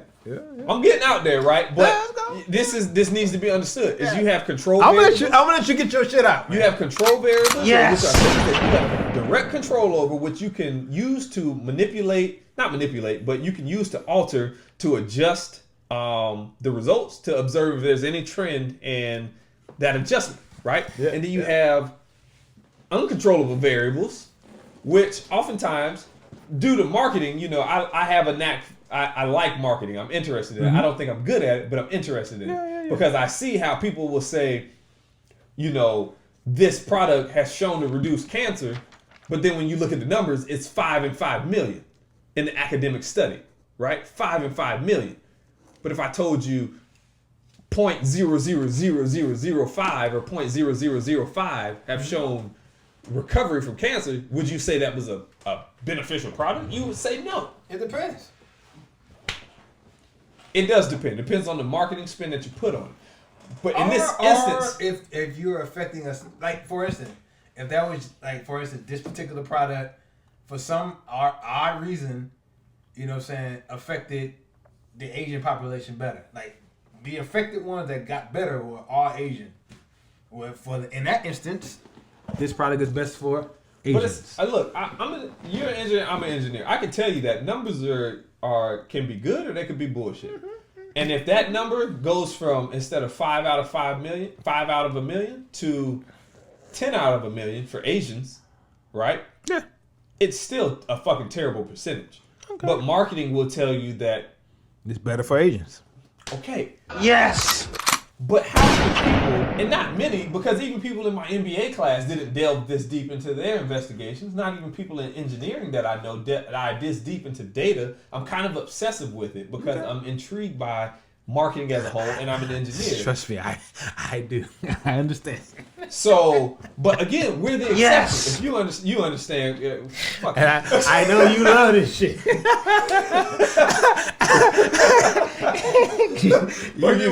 you be wanting to get your point out. I be like, but it's not my point. It's because I feel bestowed with, I was told at Chrysler that like you're blessed with comprehension, and I didn't comprehend that at 18. No, but you're too young at that point. You didn't get it. I didn't understand that. But then when I start talking to people like Champ, but at the same time, and I'm gonna let you finish, but that kind of goes back to what we said about Kobe earlier. If he wouldn't have went through those trials and tribulations younger, he wouldn't have came to where he was at the end. Understood. Where he had the full gamut. What's the mentality? Mamba mentality. He wouldn't have had it. He wouldn't have had it all together. Amazon, ship me my damn book. I don't care if it's out of stock right now. I want that book. You know what I'm saying? Like at that point, you weren't ready. But my whole yes, true. But my whole point, not true. Because I got another book by him that I need to. It's not by him. Well, I'm talking about at your age, at 18, you didn't. Yeah. I didn't understand that. I didn't, right? But that I didn't leave that experience and say, oh, I comprehend, so everybody else like me should comprehend. I don't look at it that way. I understand. That was really Kobe out of you. That was a Kobe moment in you.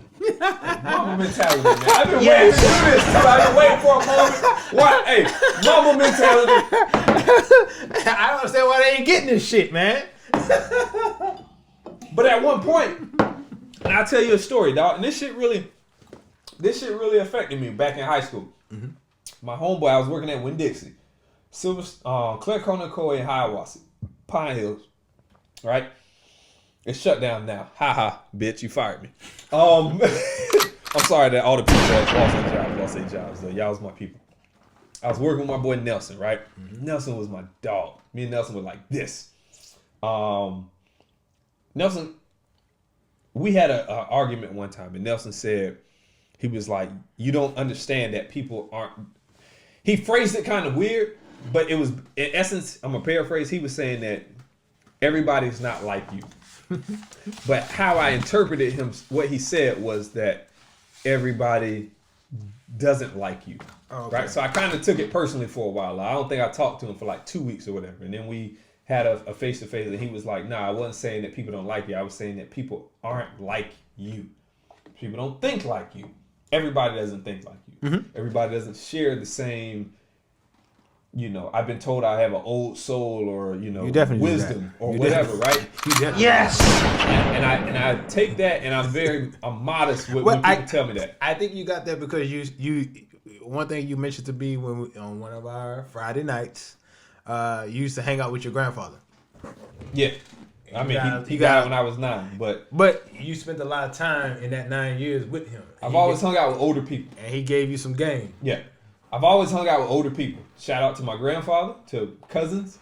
Like I was always with older people, so I'll attribute that to all of them. A lot of it, my grandfather is still to this day. But at the same time, like the first few years of your life, man, that's like very pivotal. He's the bar.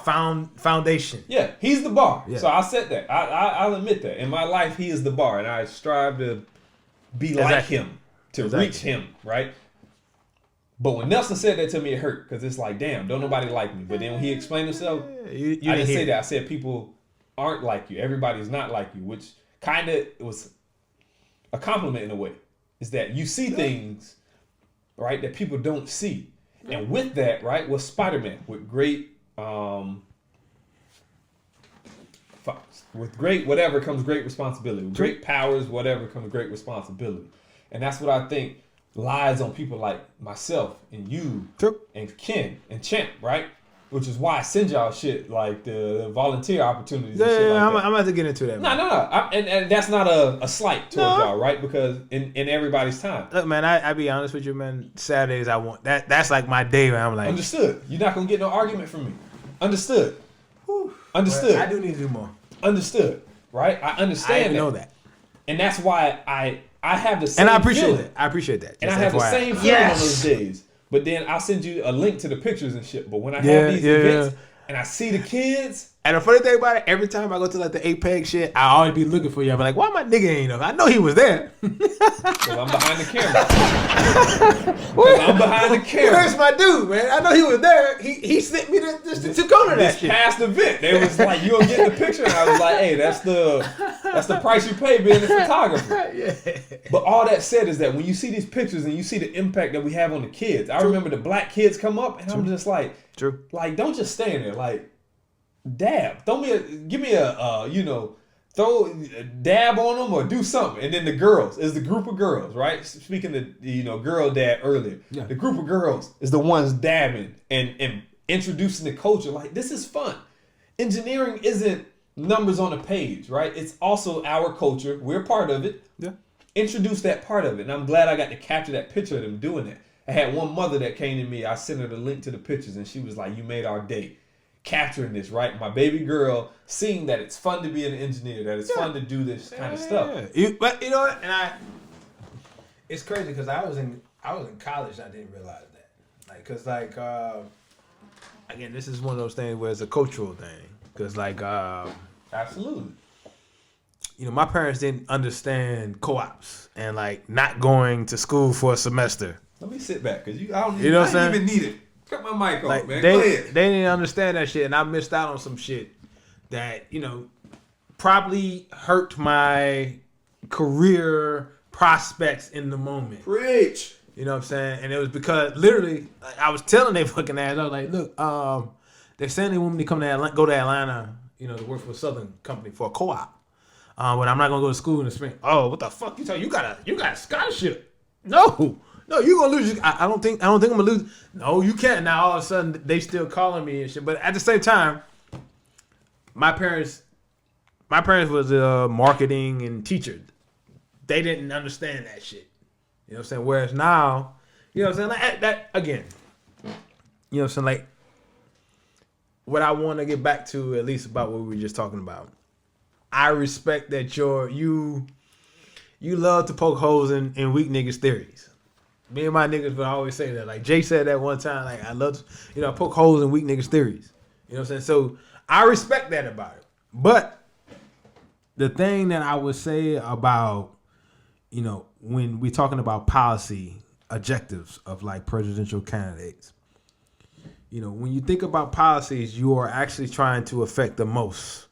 You're not gonna get everyone. You're never gonna get everyone.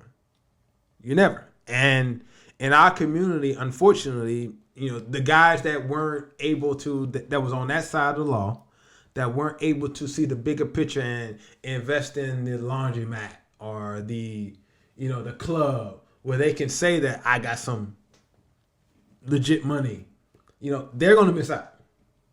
But there are actual documentation that showed that in that time when redlining was at its peak in the 60s, 70s, 80s, that it wasn't necessary that the people in those areas couldn't afford the loans. It was just that in that area, you're not getting the loan. Mm-hmm. And in that instance, if you can affect that in the sense that now you got, a group of people that now have ownership in this area, and it ain't just somebody that they're paying rent to. Now it becomes like my father in his home, where I feel like he should have been sold his home and got, went to got a bigger home in a nicer neighborhood. But this nigga's like, these niggas ain't gonna run me away from here. I'm going to the neighborhood meeting. I'm going to be active, and we're gonna get this shit right. You know what I'm saying? And we'll probably end up talking about that next topic that I want to talk about, the inheritance tax. that's a big deal to me because like she's talking about $500,000. I'm like, no, that's gonna affect me. Like, that's gonna like, my pops always talk his shit about what he's leaving, and I'm like, yo, nigga, spend your money, but have like in that article they was talking about having the exemption on stop at $500,000. I'm like, yo, said $2 million ain't a lot of money if that's all you giving to your kids. Yeah. You know what I'm saying? And now you leaving it, you know what I'm It's saying? a lot of money, But not for that to be your entirety of your life. Like you worked your entire life to leave $2 million. let me tell you this, right? I've sat and I thought about this a lot. Have you heard the term $1 million. Have you heard the term the law 72? No, I haven't heard that. Or maybe I. So it's maybe like I have, but I it's like this economic financial kind of thing where it's saying like ultimately how long will it take your money to double? Mm-hmm. Yep. Okay. Right, 72. They're referring to 72 months. 72 months, whatever you have invested should double at said percentage. Right. Gotcha. So when I talk to people about wealth, when wealth comes up as a topic, what I commonly refer to them is just say the law of 72. For ease of numbers, we'll say the law would make it 60, right? Because 60 is 5 months, and I'm a 5, and you're a 5, and it's a much easier number to do math, right? So that is saying that in 5 years, 60 months, whatever you invested should have doubled. My comment to people oftentimes is a question. It's what is the quickest way to I like that shit. I don't know why you put the flower on there, but otherwise, I like that shit. What's the quickest path to wealth? Path of wealth, right? Inheritance is the answer. True. Right? Yep. So Donald Trump wasn't a millionaire because he dug himself from his bootstraps up to a millionaire. His dad left him a lump sum of money and said, figure it out. Figure the fuck out, right? Yeah.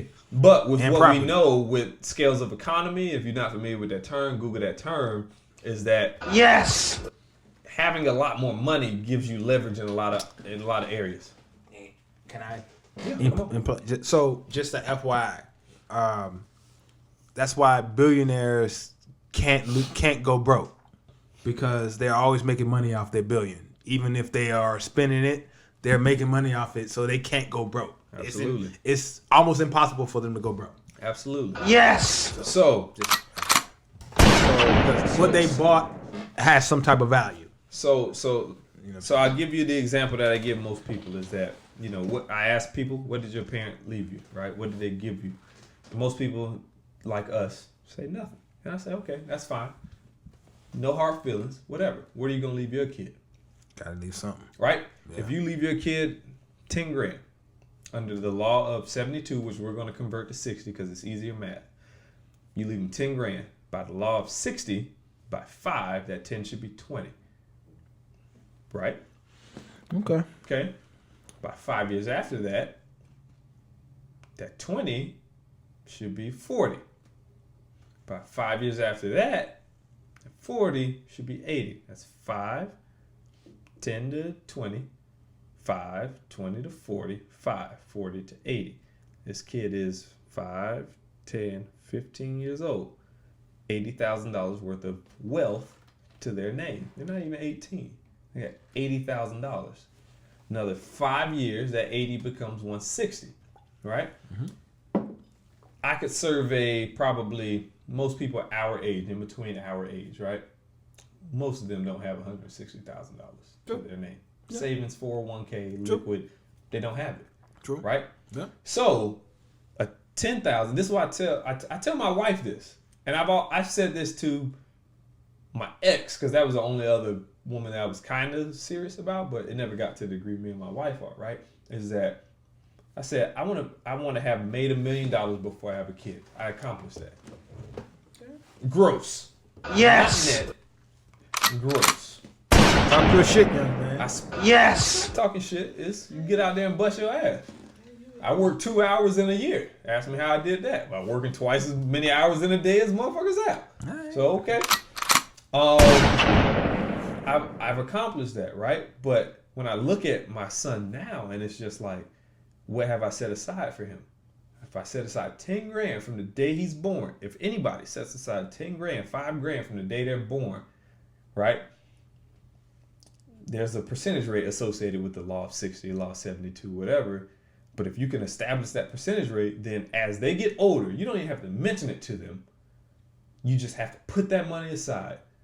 And you could put it in a living will, you could put it in a will, whatever, and just say, I'm not even going to mention this money to them, and just let them get older. And as they get older, this money doubles and triples and quadruples, whatever, on top of itself. And then before you know it, your 10 turned to 20, turned to 40, turned to 80, turned to 160, turned to 320. And then, God forbid, you pass on to the, you transition, and you leave behind 320,000, 360,000, 400, 500 million to your kid. They are now better off. Even if you leave 10,000, they are better off than your parents left you, which is, I think, in my short-term time as a parent, less than a year, is the ultimate goal as a parent, is that your kids surpass you in some capacity. True. Yep. Now, and I like to add a caveat to that, is that they surpass you and they are law-abiding, and they are legit, and they are contributing members of society. So, and that's what I have to say about that. I'm going to be done with it too, but the one thing I will say is, as a card-carrying member of the poke holes in the weak niggas and you weak niggas theory, I will say that kind of again. Yeah, I will say you kind of poke a hole in your own theory about the 40 grand in that instance. What 40? Where by lowering barriers to banking could put as much as $40,000 into black family. In that instance, if even if it was just 10, they were able to pass that on to their kids. That law of 60 or 72, they could have. I can see how you reach that. I would just say that would help. You would have to prove to me that the education is there, that they were going to pass that along. Well, we gotta do that anyway. But even what you just said, it was like you gotta have that. You gotta know that that's there. So let me frame it this way: give me $50,000 worth of education. I'll take that over $50,000. Okay.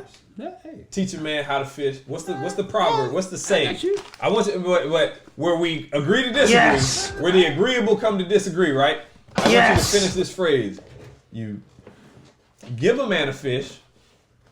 You feed him for a day. A day. Give me 40,000. I'm good right now. I win the lottery. I'm good right now, right? Yeah. But the percentage is something astronomical. I give you that. 40, 50%. But at the same time, hold on. I'm not disagreeing with you. I'm with you here. I want to drive this point right here. And I'm sorry to do this, right? It's all good. Give a man a fish, you feed him for a day.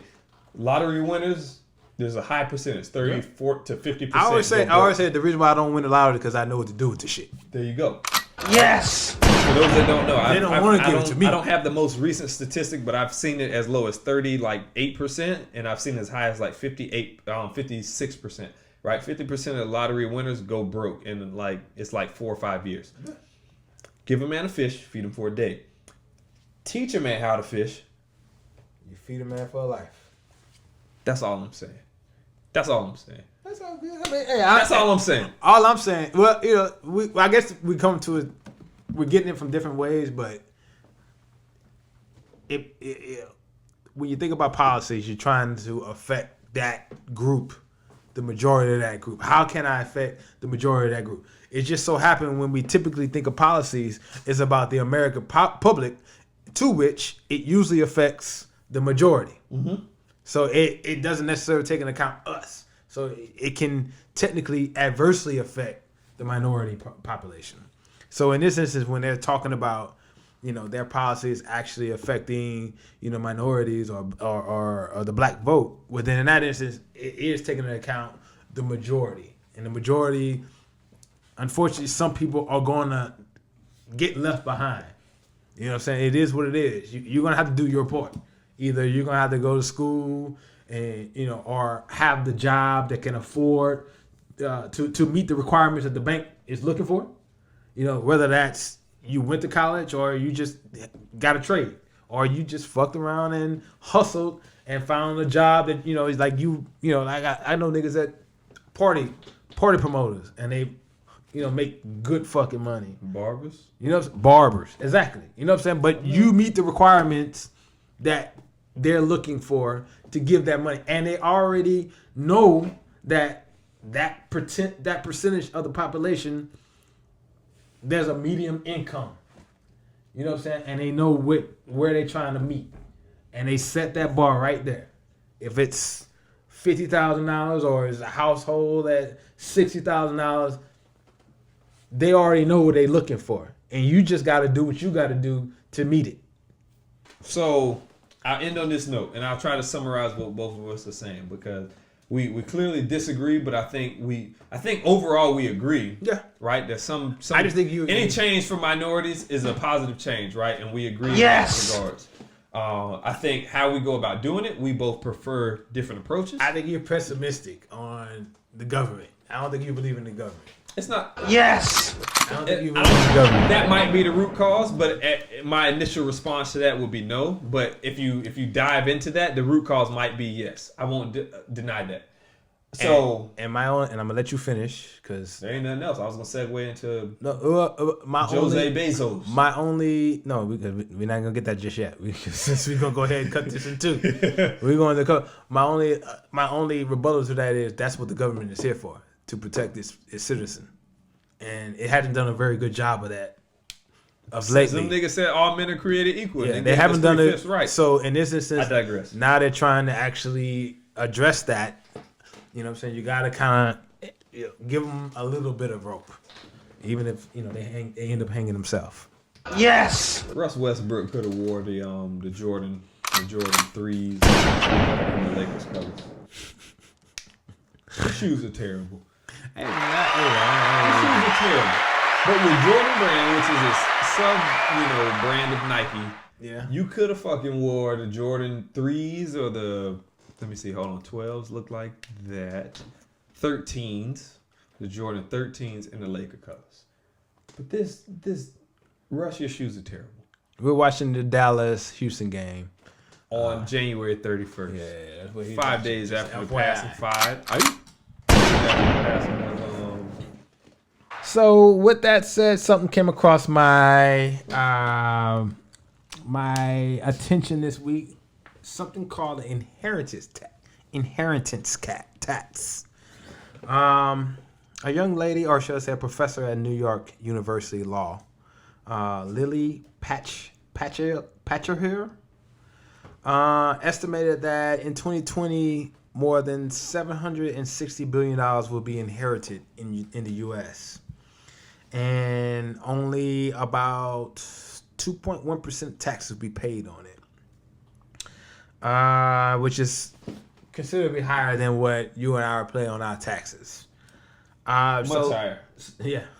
So she looked at it as if, what could they do to sort of bridge the gap as far as like the uber rich getting away with passing along their funds to their heirs. Currently, estates are required to pay 40% on their bequeath or gifts to their heir. But once it gets to the heirs, there's no tax, so to speak. So, and... Wait, they're required to pay how much? So 40%. But I haven't got to it yet. But there are some exceptions to that. So, like married couples can are exempt on their first $23.2 million, and then they can funnel more. 23.2. But they can also funnel, and we kind of know about this already. They can funnel more of their funds to their heirs through vehicles such as trusts. You know what I'm saying? Like that doesn't necessarily get counted in that. So they put, some of their fortune to trust for their kids. That doesn't necessarily get counted in that estate tax. With that said, she looked at it. She brought up a new, policy where it go from an estate tax to an inheritance tax, where essentially the heir will have to pay taxes on the money that they receive. Under her proposal, so that there's two different. So this is just a policy study, a white paper for all intents and purposes, where she looked at it and was like, there's a lot of opportunity to make revenue that's being missed. And essentially, they had two different, in her paper, they had two different levels. The first level was at less than $2.5 million that you pass to your heir, in which if it was implemented, it'll be over $340 billion in 10 years. Now, these type of the stats that I'm about to give you, where they get like the percentage that it affect, I want to know more about that. I need to look into this, because they're basically saying that at 2.5 million being passed along to their heirs, that is roughly the top 0.02% of heirs. So that's like considerably less than 1%, the 1%. Yeah. And I'm like, that would almost put me in that percent. Like, literally. And I'm like, I know I'm not in that percentage as far as like being that rich. And then her next policy, which is what came across what raised my antennas on it. It was like the inheritance test would be set at $500,000. And I was like, yo, man, that's literally no money. Like, I basically got that now. But at any rate, must be nice. That would generate though 1.4 trillion in 10 years. So it's significantly more. But again, that percentage I was talking about, top 0.18%. So it's still like 8% of 1%. 18% of 1% that it affects. I'm like, no, that seems low to me. Like, Yes. And now, granted, albeit this is like me being selfish, this is something that affects me. But I'm like, yo, dude, that don't seem right. Like, those numbers don't look right. Like, particularly like who it affects. Like, at 2.5 million, 2% of 1%. Like, that, in my mind, that means like the motherfuckers that make so much fucking money have sheltered their money, put their money into trust so much that like it includes the working class that's actually passing on $2.5-3 million that they actually like worked hard for, did the law 72, you know what I'm saying, worked 40 years and was just like, I'm putting it in there. And you know what? I retired with $6 million and I used half of it until my death. And I passed the rest on to my kid. There you go. And it's like, yo, that you're telling me I'm in the top 2% of the one by passing that along? Like, I don't know, man. I don't know. So I don't even know where I want to go with that. But at the same time, we have opportunities to get on our soapbox. So this is my soapbox. Like, fuck this. Yes. I want to make sure I get on a record like I agree that we should do something about it, but I think 2.5 million, and I need to. So I will freely admit I probably need to go and dive deeper into like the actual research itself. Okay. And then actually come back and be like, all right, so these parameters where she said she's looking at, we need to explain that, or we need to look at ways that they are using other vehicles to hide their money. Like they say, trust. They freely admit, like, yo, if they put $50 million in the trust, that ain't even included in the this inheritance tax. So you know what I'm saying. But at the same time, if I'm married to my wife, I got $23 million that I can just boom, that's exempt. So like, yo, I can freely pass that no matter what. And that's exempt from the tax. Regardless. You know what I'm saying? So I'll probably be bringing this up because I am an academic. Yes. And I'll probably be looking into this shit because like that, like I said, and this is all speculation for me as far as like what my pops is talking, because my pops talk cash money shit. You know what I'm saying? He was nothing but for all intents and purposes, he was a factory worker. Okay. It just, he just had the the fortuitousness to be working for an oil company in the 70s and the 80s, and just making a lot of money and just investing it, yeah, putting it up. like literally, he was telling me it was time when barrels of oil was like $5, and he was buying it Smart at that pops. point. And he didn't realize. And it's all relative because because what we see is $100, $150 might be his $5. Yeah, but I'm saying, but at the same time, I'm saying like, so that's how I know he's not talking shit. Cause like I know at that point there was times during the financial crisis he was like, "Yo, we good." I was like, "All right, nigga,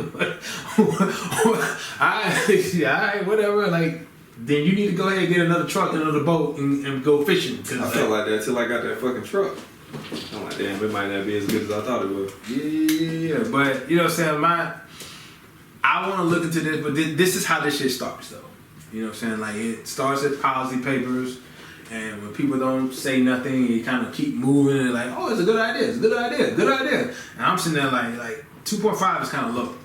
I feel like if you and I, fuck around and get 40 years out of our company, and have what we would consider the requisite, you know what I'm saying, promotions, we're gonna get to that. Yeah. Like $2.5 million. I mean, shit, man. Our shit is like. But it's also what you're passing on, so it's not what you amass. I would imagine, but when I say that, I'm not thinking. Is that how much you pass to a single transaction, or because if you have 5 kids and you got $6 million? See, that's another thing. I didn't even look into that. So there you go. You're right. It could be per A single transaction. but you know how these motherfuckers do, man. I wouldn't imagine. I would still like. It would shock me if these assholes be like, if it's a total, and you pass it on. It could be a total and then pass it on 10 people. So technically, you're only getting $250, but now we need another 25% from each one of you. You know what I'm saying? And it ain't a per, but that's something else to look into. I'm glad you brought it. You know what I'm saying? Like, yo, again, this is my soapbox. You know what I'm saying? Like, I'm definitely in this shit. It affects me. I think it's got to be vetted a little more and understood a little more. And I would also question, But is that applicable to funds that have already been taxed? Because that would be weird. yes, because like I said, Then I don't agree with it. technically, like the thing about it is estate tax. Like all this is like these taxes are all niggas don't use paid banks. for. They all pay their taxes on that. Like this is just literally like it's include money that has already been taxed. So literally it's gonna get taxed again. I don't agree with it. Then. Yeah, me neither. It goes back to us what we said a little bit earlier, but it'd be different if it was one of those things where on episode 23. It'd be different. It'd be different if I'm passing along my 401k. Yeah, it's never been taxed. I get it.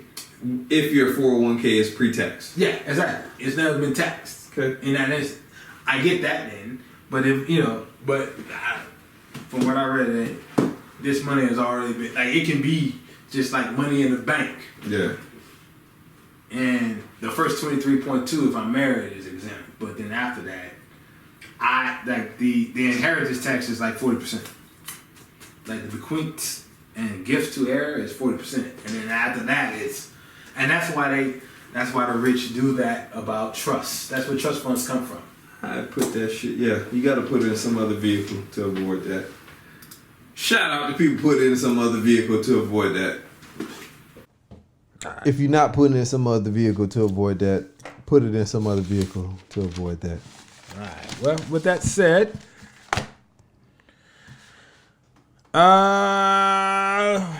Bezos. I'm gonna make it We'll real run quick. through this real quick. Yeah, real quick. Bezos, we talked about this last year when all this scuttlebutt came out about his scandal, and I think we finally figured out how this shit hit the fan. Run it down, man. Run it down for the people. So essentially, what is coming out is the Saudis had something to do with this. So, April 2018, Los Angeles, Bezos and MBS, which is the Saudi prince, they had dinner and exchanged numbers. MBS sent him a message that night on WhatsApp. Yeah. May 2018, Bezos' phone received a message from MBS account that includes a video file and an encrypted downloader. Soon after, the phone starts spitting out 29,000% more data than usual. Act 3, November 2018. This is what I told you about earlier. The phone gets another message from MBS account that contains a photo of a woman who looked like Lauren Sanchez, Bezos' girlfriend. Their affair hadn't been public yet. That's November. It came out around February, no, March. That dirty shit always come out Scorpio season. Shout out to Scorpios. Act 4, February 2019. Phone receives a message reading in part, "There's nothing against you and Amazon from me and Saudi Arabia." Just days after Bezos, around his phone, had conversation about the Saudis waging online war against him. So now I guess we figured out how it came out. He was being blackmailed by a sovereign country. The Arabian Nights. The kingdom. Shit. The kingdom that you know, On his ass. as the Saudi embassy Twitter account called him, the kingdom. And it was pretty much And they behind- caught his ass slipping. Yeah. And for all intents and purposes, behind the killing of what is it? The Prime Minister, Supreme Ruler. journalist. Oh shit. The journalist, I forget his name. I can't. Khashoggi. But the journalist that was a Saudi nationalist that relocated to America because he was being pursued, or what we give people, asylum, because he was going against the Saudi prince, and then they chopped his ass up in fucking Turkey. They caught him and killed him and chopped his ass up in Turkey. And then apparently the Post, which Bezos owns, was doing a lot of research and they were researching and articles about it. But he worked for the Post, so I think they'll be the people that would probably be the most outraged about it. But and they were kind of trying to get him to shut that shit down, and so they went personal on his ass. Yes. Look, baby, we know you out here fucking around out here in these streets. We ain't above putting this out here in these streets on you. Yes. They fished his ass, man. Yeah. We get these fucking campaigns all the time at work that say, "Watch out for niggas trying to fish," and it's just like, ain't nobody fishing. Yeah. And then here it is. It happens. The fucking I just sent a few to them motherfuckers, and they was like, "Thanks for sending that to us." no. Make sure you delete that. Yeah, I get that on like an email campaign, but it's just like in the real world, you think like nobody is like, you don't think that the people you interact with, like you bump into somebody at Chick-fil-A, you don't think that they're fishing for information. And here's a prime example of a powerful motherfucker who had dinner with another powerful motherfucker who you would think, let me say this, who I wouldn't think would be a suspect in like a phishing attempt. Okay. You know what I mean? Yeah. You would think these are the people that are trying to be protected from being fished, and they wouldn't participate in that shit. I think the opposite. He was the honeypot. I think personally, my thought would be that because they're two uber rich, you know what I'm saying, individuals, that they have like parameters put in place to protect them from that. Like, oh, you may not want to, like, you shouldn't, like, let us see what that is before you press on that. Like, forward that to us. Let's vet it first. Yeah, but this is an in-person dinner, is what I'm getting at. And then we exchange numbers. But Like, how many times do you go out and you see somebody and you just like, oh yeah, you seem like cool people, let me get your number. But at their level, You think a nigga stealing? but at their level, they're like a fucking country. They are literally a country. Well, one is, and then one is Yeah, they're a country. a business that's bigger. Yeah. They're a country. Like, they have, their GDP is better than countries. Yeah. Well, I mean, one is literally a country. Yeah, and then Bezos is essentially a country. Like he's richer than a lot of probably hundreds of countries. America, probably. You know what I'm saying? He's richer than a lot of countries, like third world countries. He's richer than all of them. I agree with you, but So in that instance, he has to move in a different manner. And I don't think he was. He was too trustworthy. yeah, I mean, clearly they caught him slipping, and it cost him $38 million. But it's still just odd to me. It just seems like all the protocol should have been in place. Like you gotta do your due diligence, man. Why am I having dinner with a nigga that we ain't vet? You know, but. I don't think that was it. It was the WhatsApp app. Though that interaction was That's what I'm saying. that wasn't vetted. But that's what I'm getting at. Like we Rich- swapping numbers and like I'm Bezos. True. I own cloud computing. True. You know what I'm saying? Yeah, you would think like, you'd be smarter than that. It's Especially nigga got barges floating off the Pacific. Especially to the extent that he clicked on like some on links. Like, yo, I can't click. Yeah, hey Bezos, check out this link of LeBron's new thigh tattoo. Yeah. You know what I'm saying? It just strikes me as like Yeah. super odd. But you know, it is what it is. They caught his ass slipping. He's still divorced. Divorce is finalized. Think I said it. 38 mil. Bill. Yeah, Bill. Sorry. Yeah. Yes. He wished. That's crazy. That like I say mil, like it's that big a number, and you just like times that by 1,000. Like, no, Yeah, that's Bill? you shorten that by 1,000. Not like 1,000, but times 1,000. Yeah, 38 billion going to McKinsey, and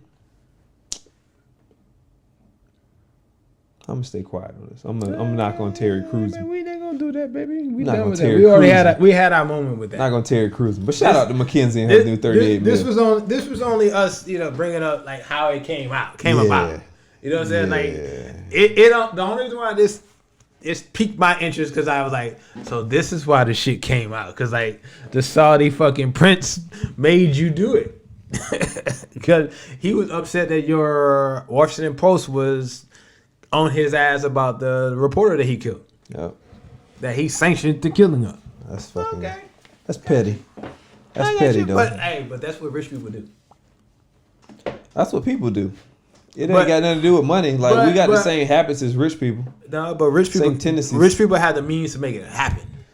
Like sometimes you like as if you ain't got the means, you just petty in how you deal with people. Yeah, poor people will key your car and slash your tires. A rich nigga leak a nude. Yeah. If they can get to you, because they may not even be able to get to you.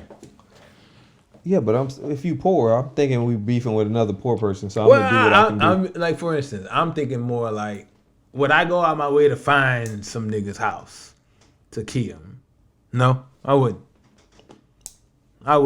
Like now, if That's he was a in measure of poorness, not a measure if he's of in economic if he's in my status. neighborhood and it's easy, yes. But like if you somewhere I actually have to go out my way to make it happen, probably wouldn't do it. But a nigga didn't have to go out his way. He sent him a text. Exactly. That's what I'm saying. Like we talking the same thing. Like it's about ease. So that's what I'm saying. It's not a matter of it's it not a was function ease. of economic status. It's a function of who It you're is around. because at their level, it's all easy. You know what I'm saying? Like I'm so rich that I can get a seat at the table with the richest man in the world. Like I'm that rich where the richest man in the world is willing to go to dinner with me. Yeah, you're saying the same thing. I'm saying it's a function of proximity, not economic status. Because we all rich, I have access to you.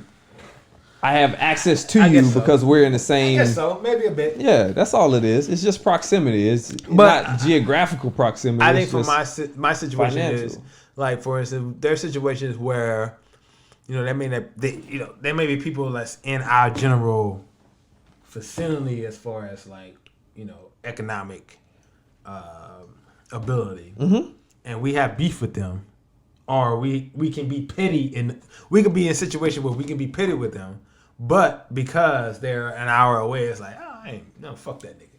You know what I'm saying? Like, or you know what I'm saying, I move somewhere else, fuck that nigga. You know what I'm saying? Like, but those niggas, it don't matter where they at. I could be on the other side of the fucking world, and I can reach out and touch your ass. Yeah, because when you're talking billionaires, Exactly. that's what I'm saying. It's proximity ain't geographical, man. It's we in an elite club. Yeah. You know what I'm saying? For me to get close to Kobe, you know what I'm saying? I don't know what the hell that would take. You know what I'm saying? But for Shaq to get company with Kobe, it's very easy. True. Very easy. Jordan called Kobe, hey, let's do lunch. It's on. Gotcha. My number come across Kobe's phone. Who the fuck is this? Who the fuck called me from 407? Hey, nigga, how do you get this number? Wouldn't even answer. Like, this scam likely? Orlando, scam likely. Might as well be. Sound like a Saudi prince trying to fool some fucking pictures from 2007. Get out of here, bitch. Well, think with that that case was said, like last 04. topic of the night, baby. Super Bowl weekend. Chiefs, 45-28. I'm going 49ers, bro. I said it last week. I was off on the Titans over the He was Chiefs. so off. But we all was off. But Shut up. I'm gonna go 49ers. I'm gonna hold on to my, God bless the dead for my grandpa, Kappa Alpha Psi. He was a 49er fan, so I'm gonna keep that up. Shout out to Ellis Collins and his family. You're still in my thoughts and prayers every night. I'm gonna just say fuck it.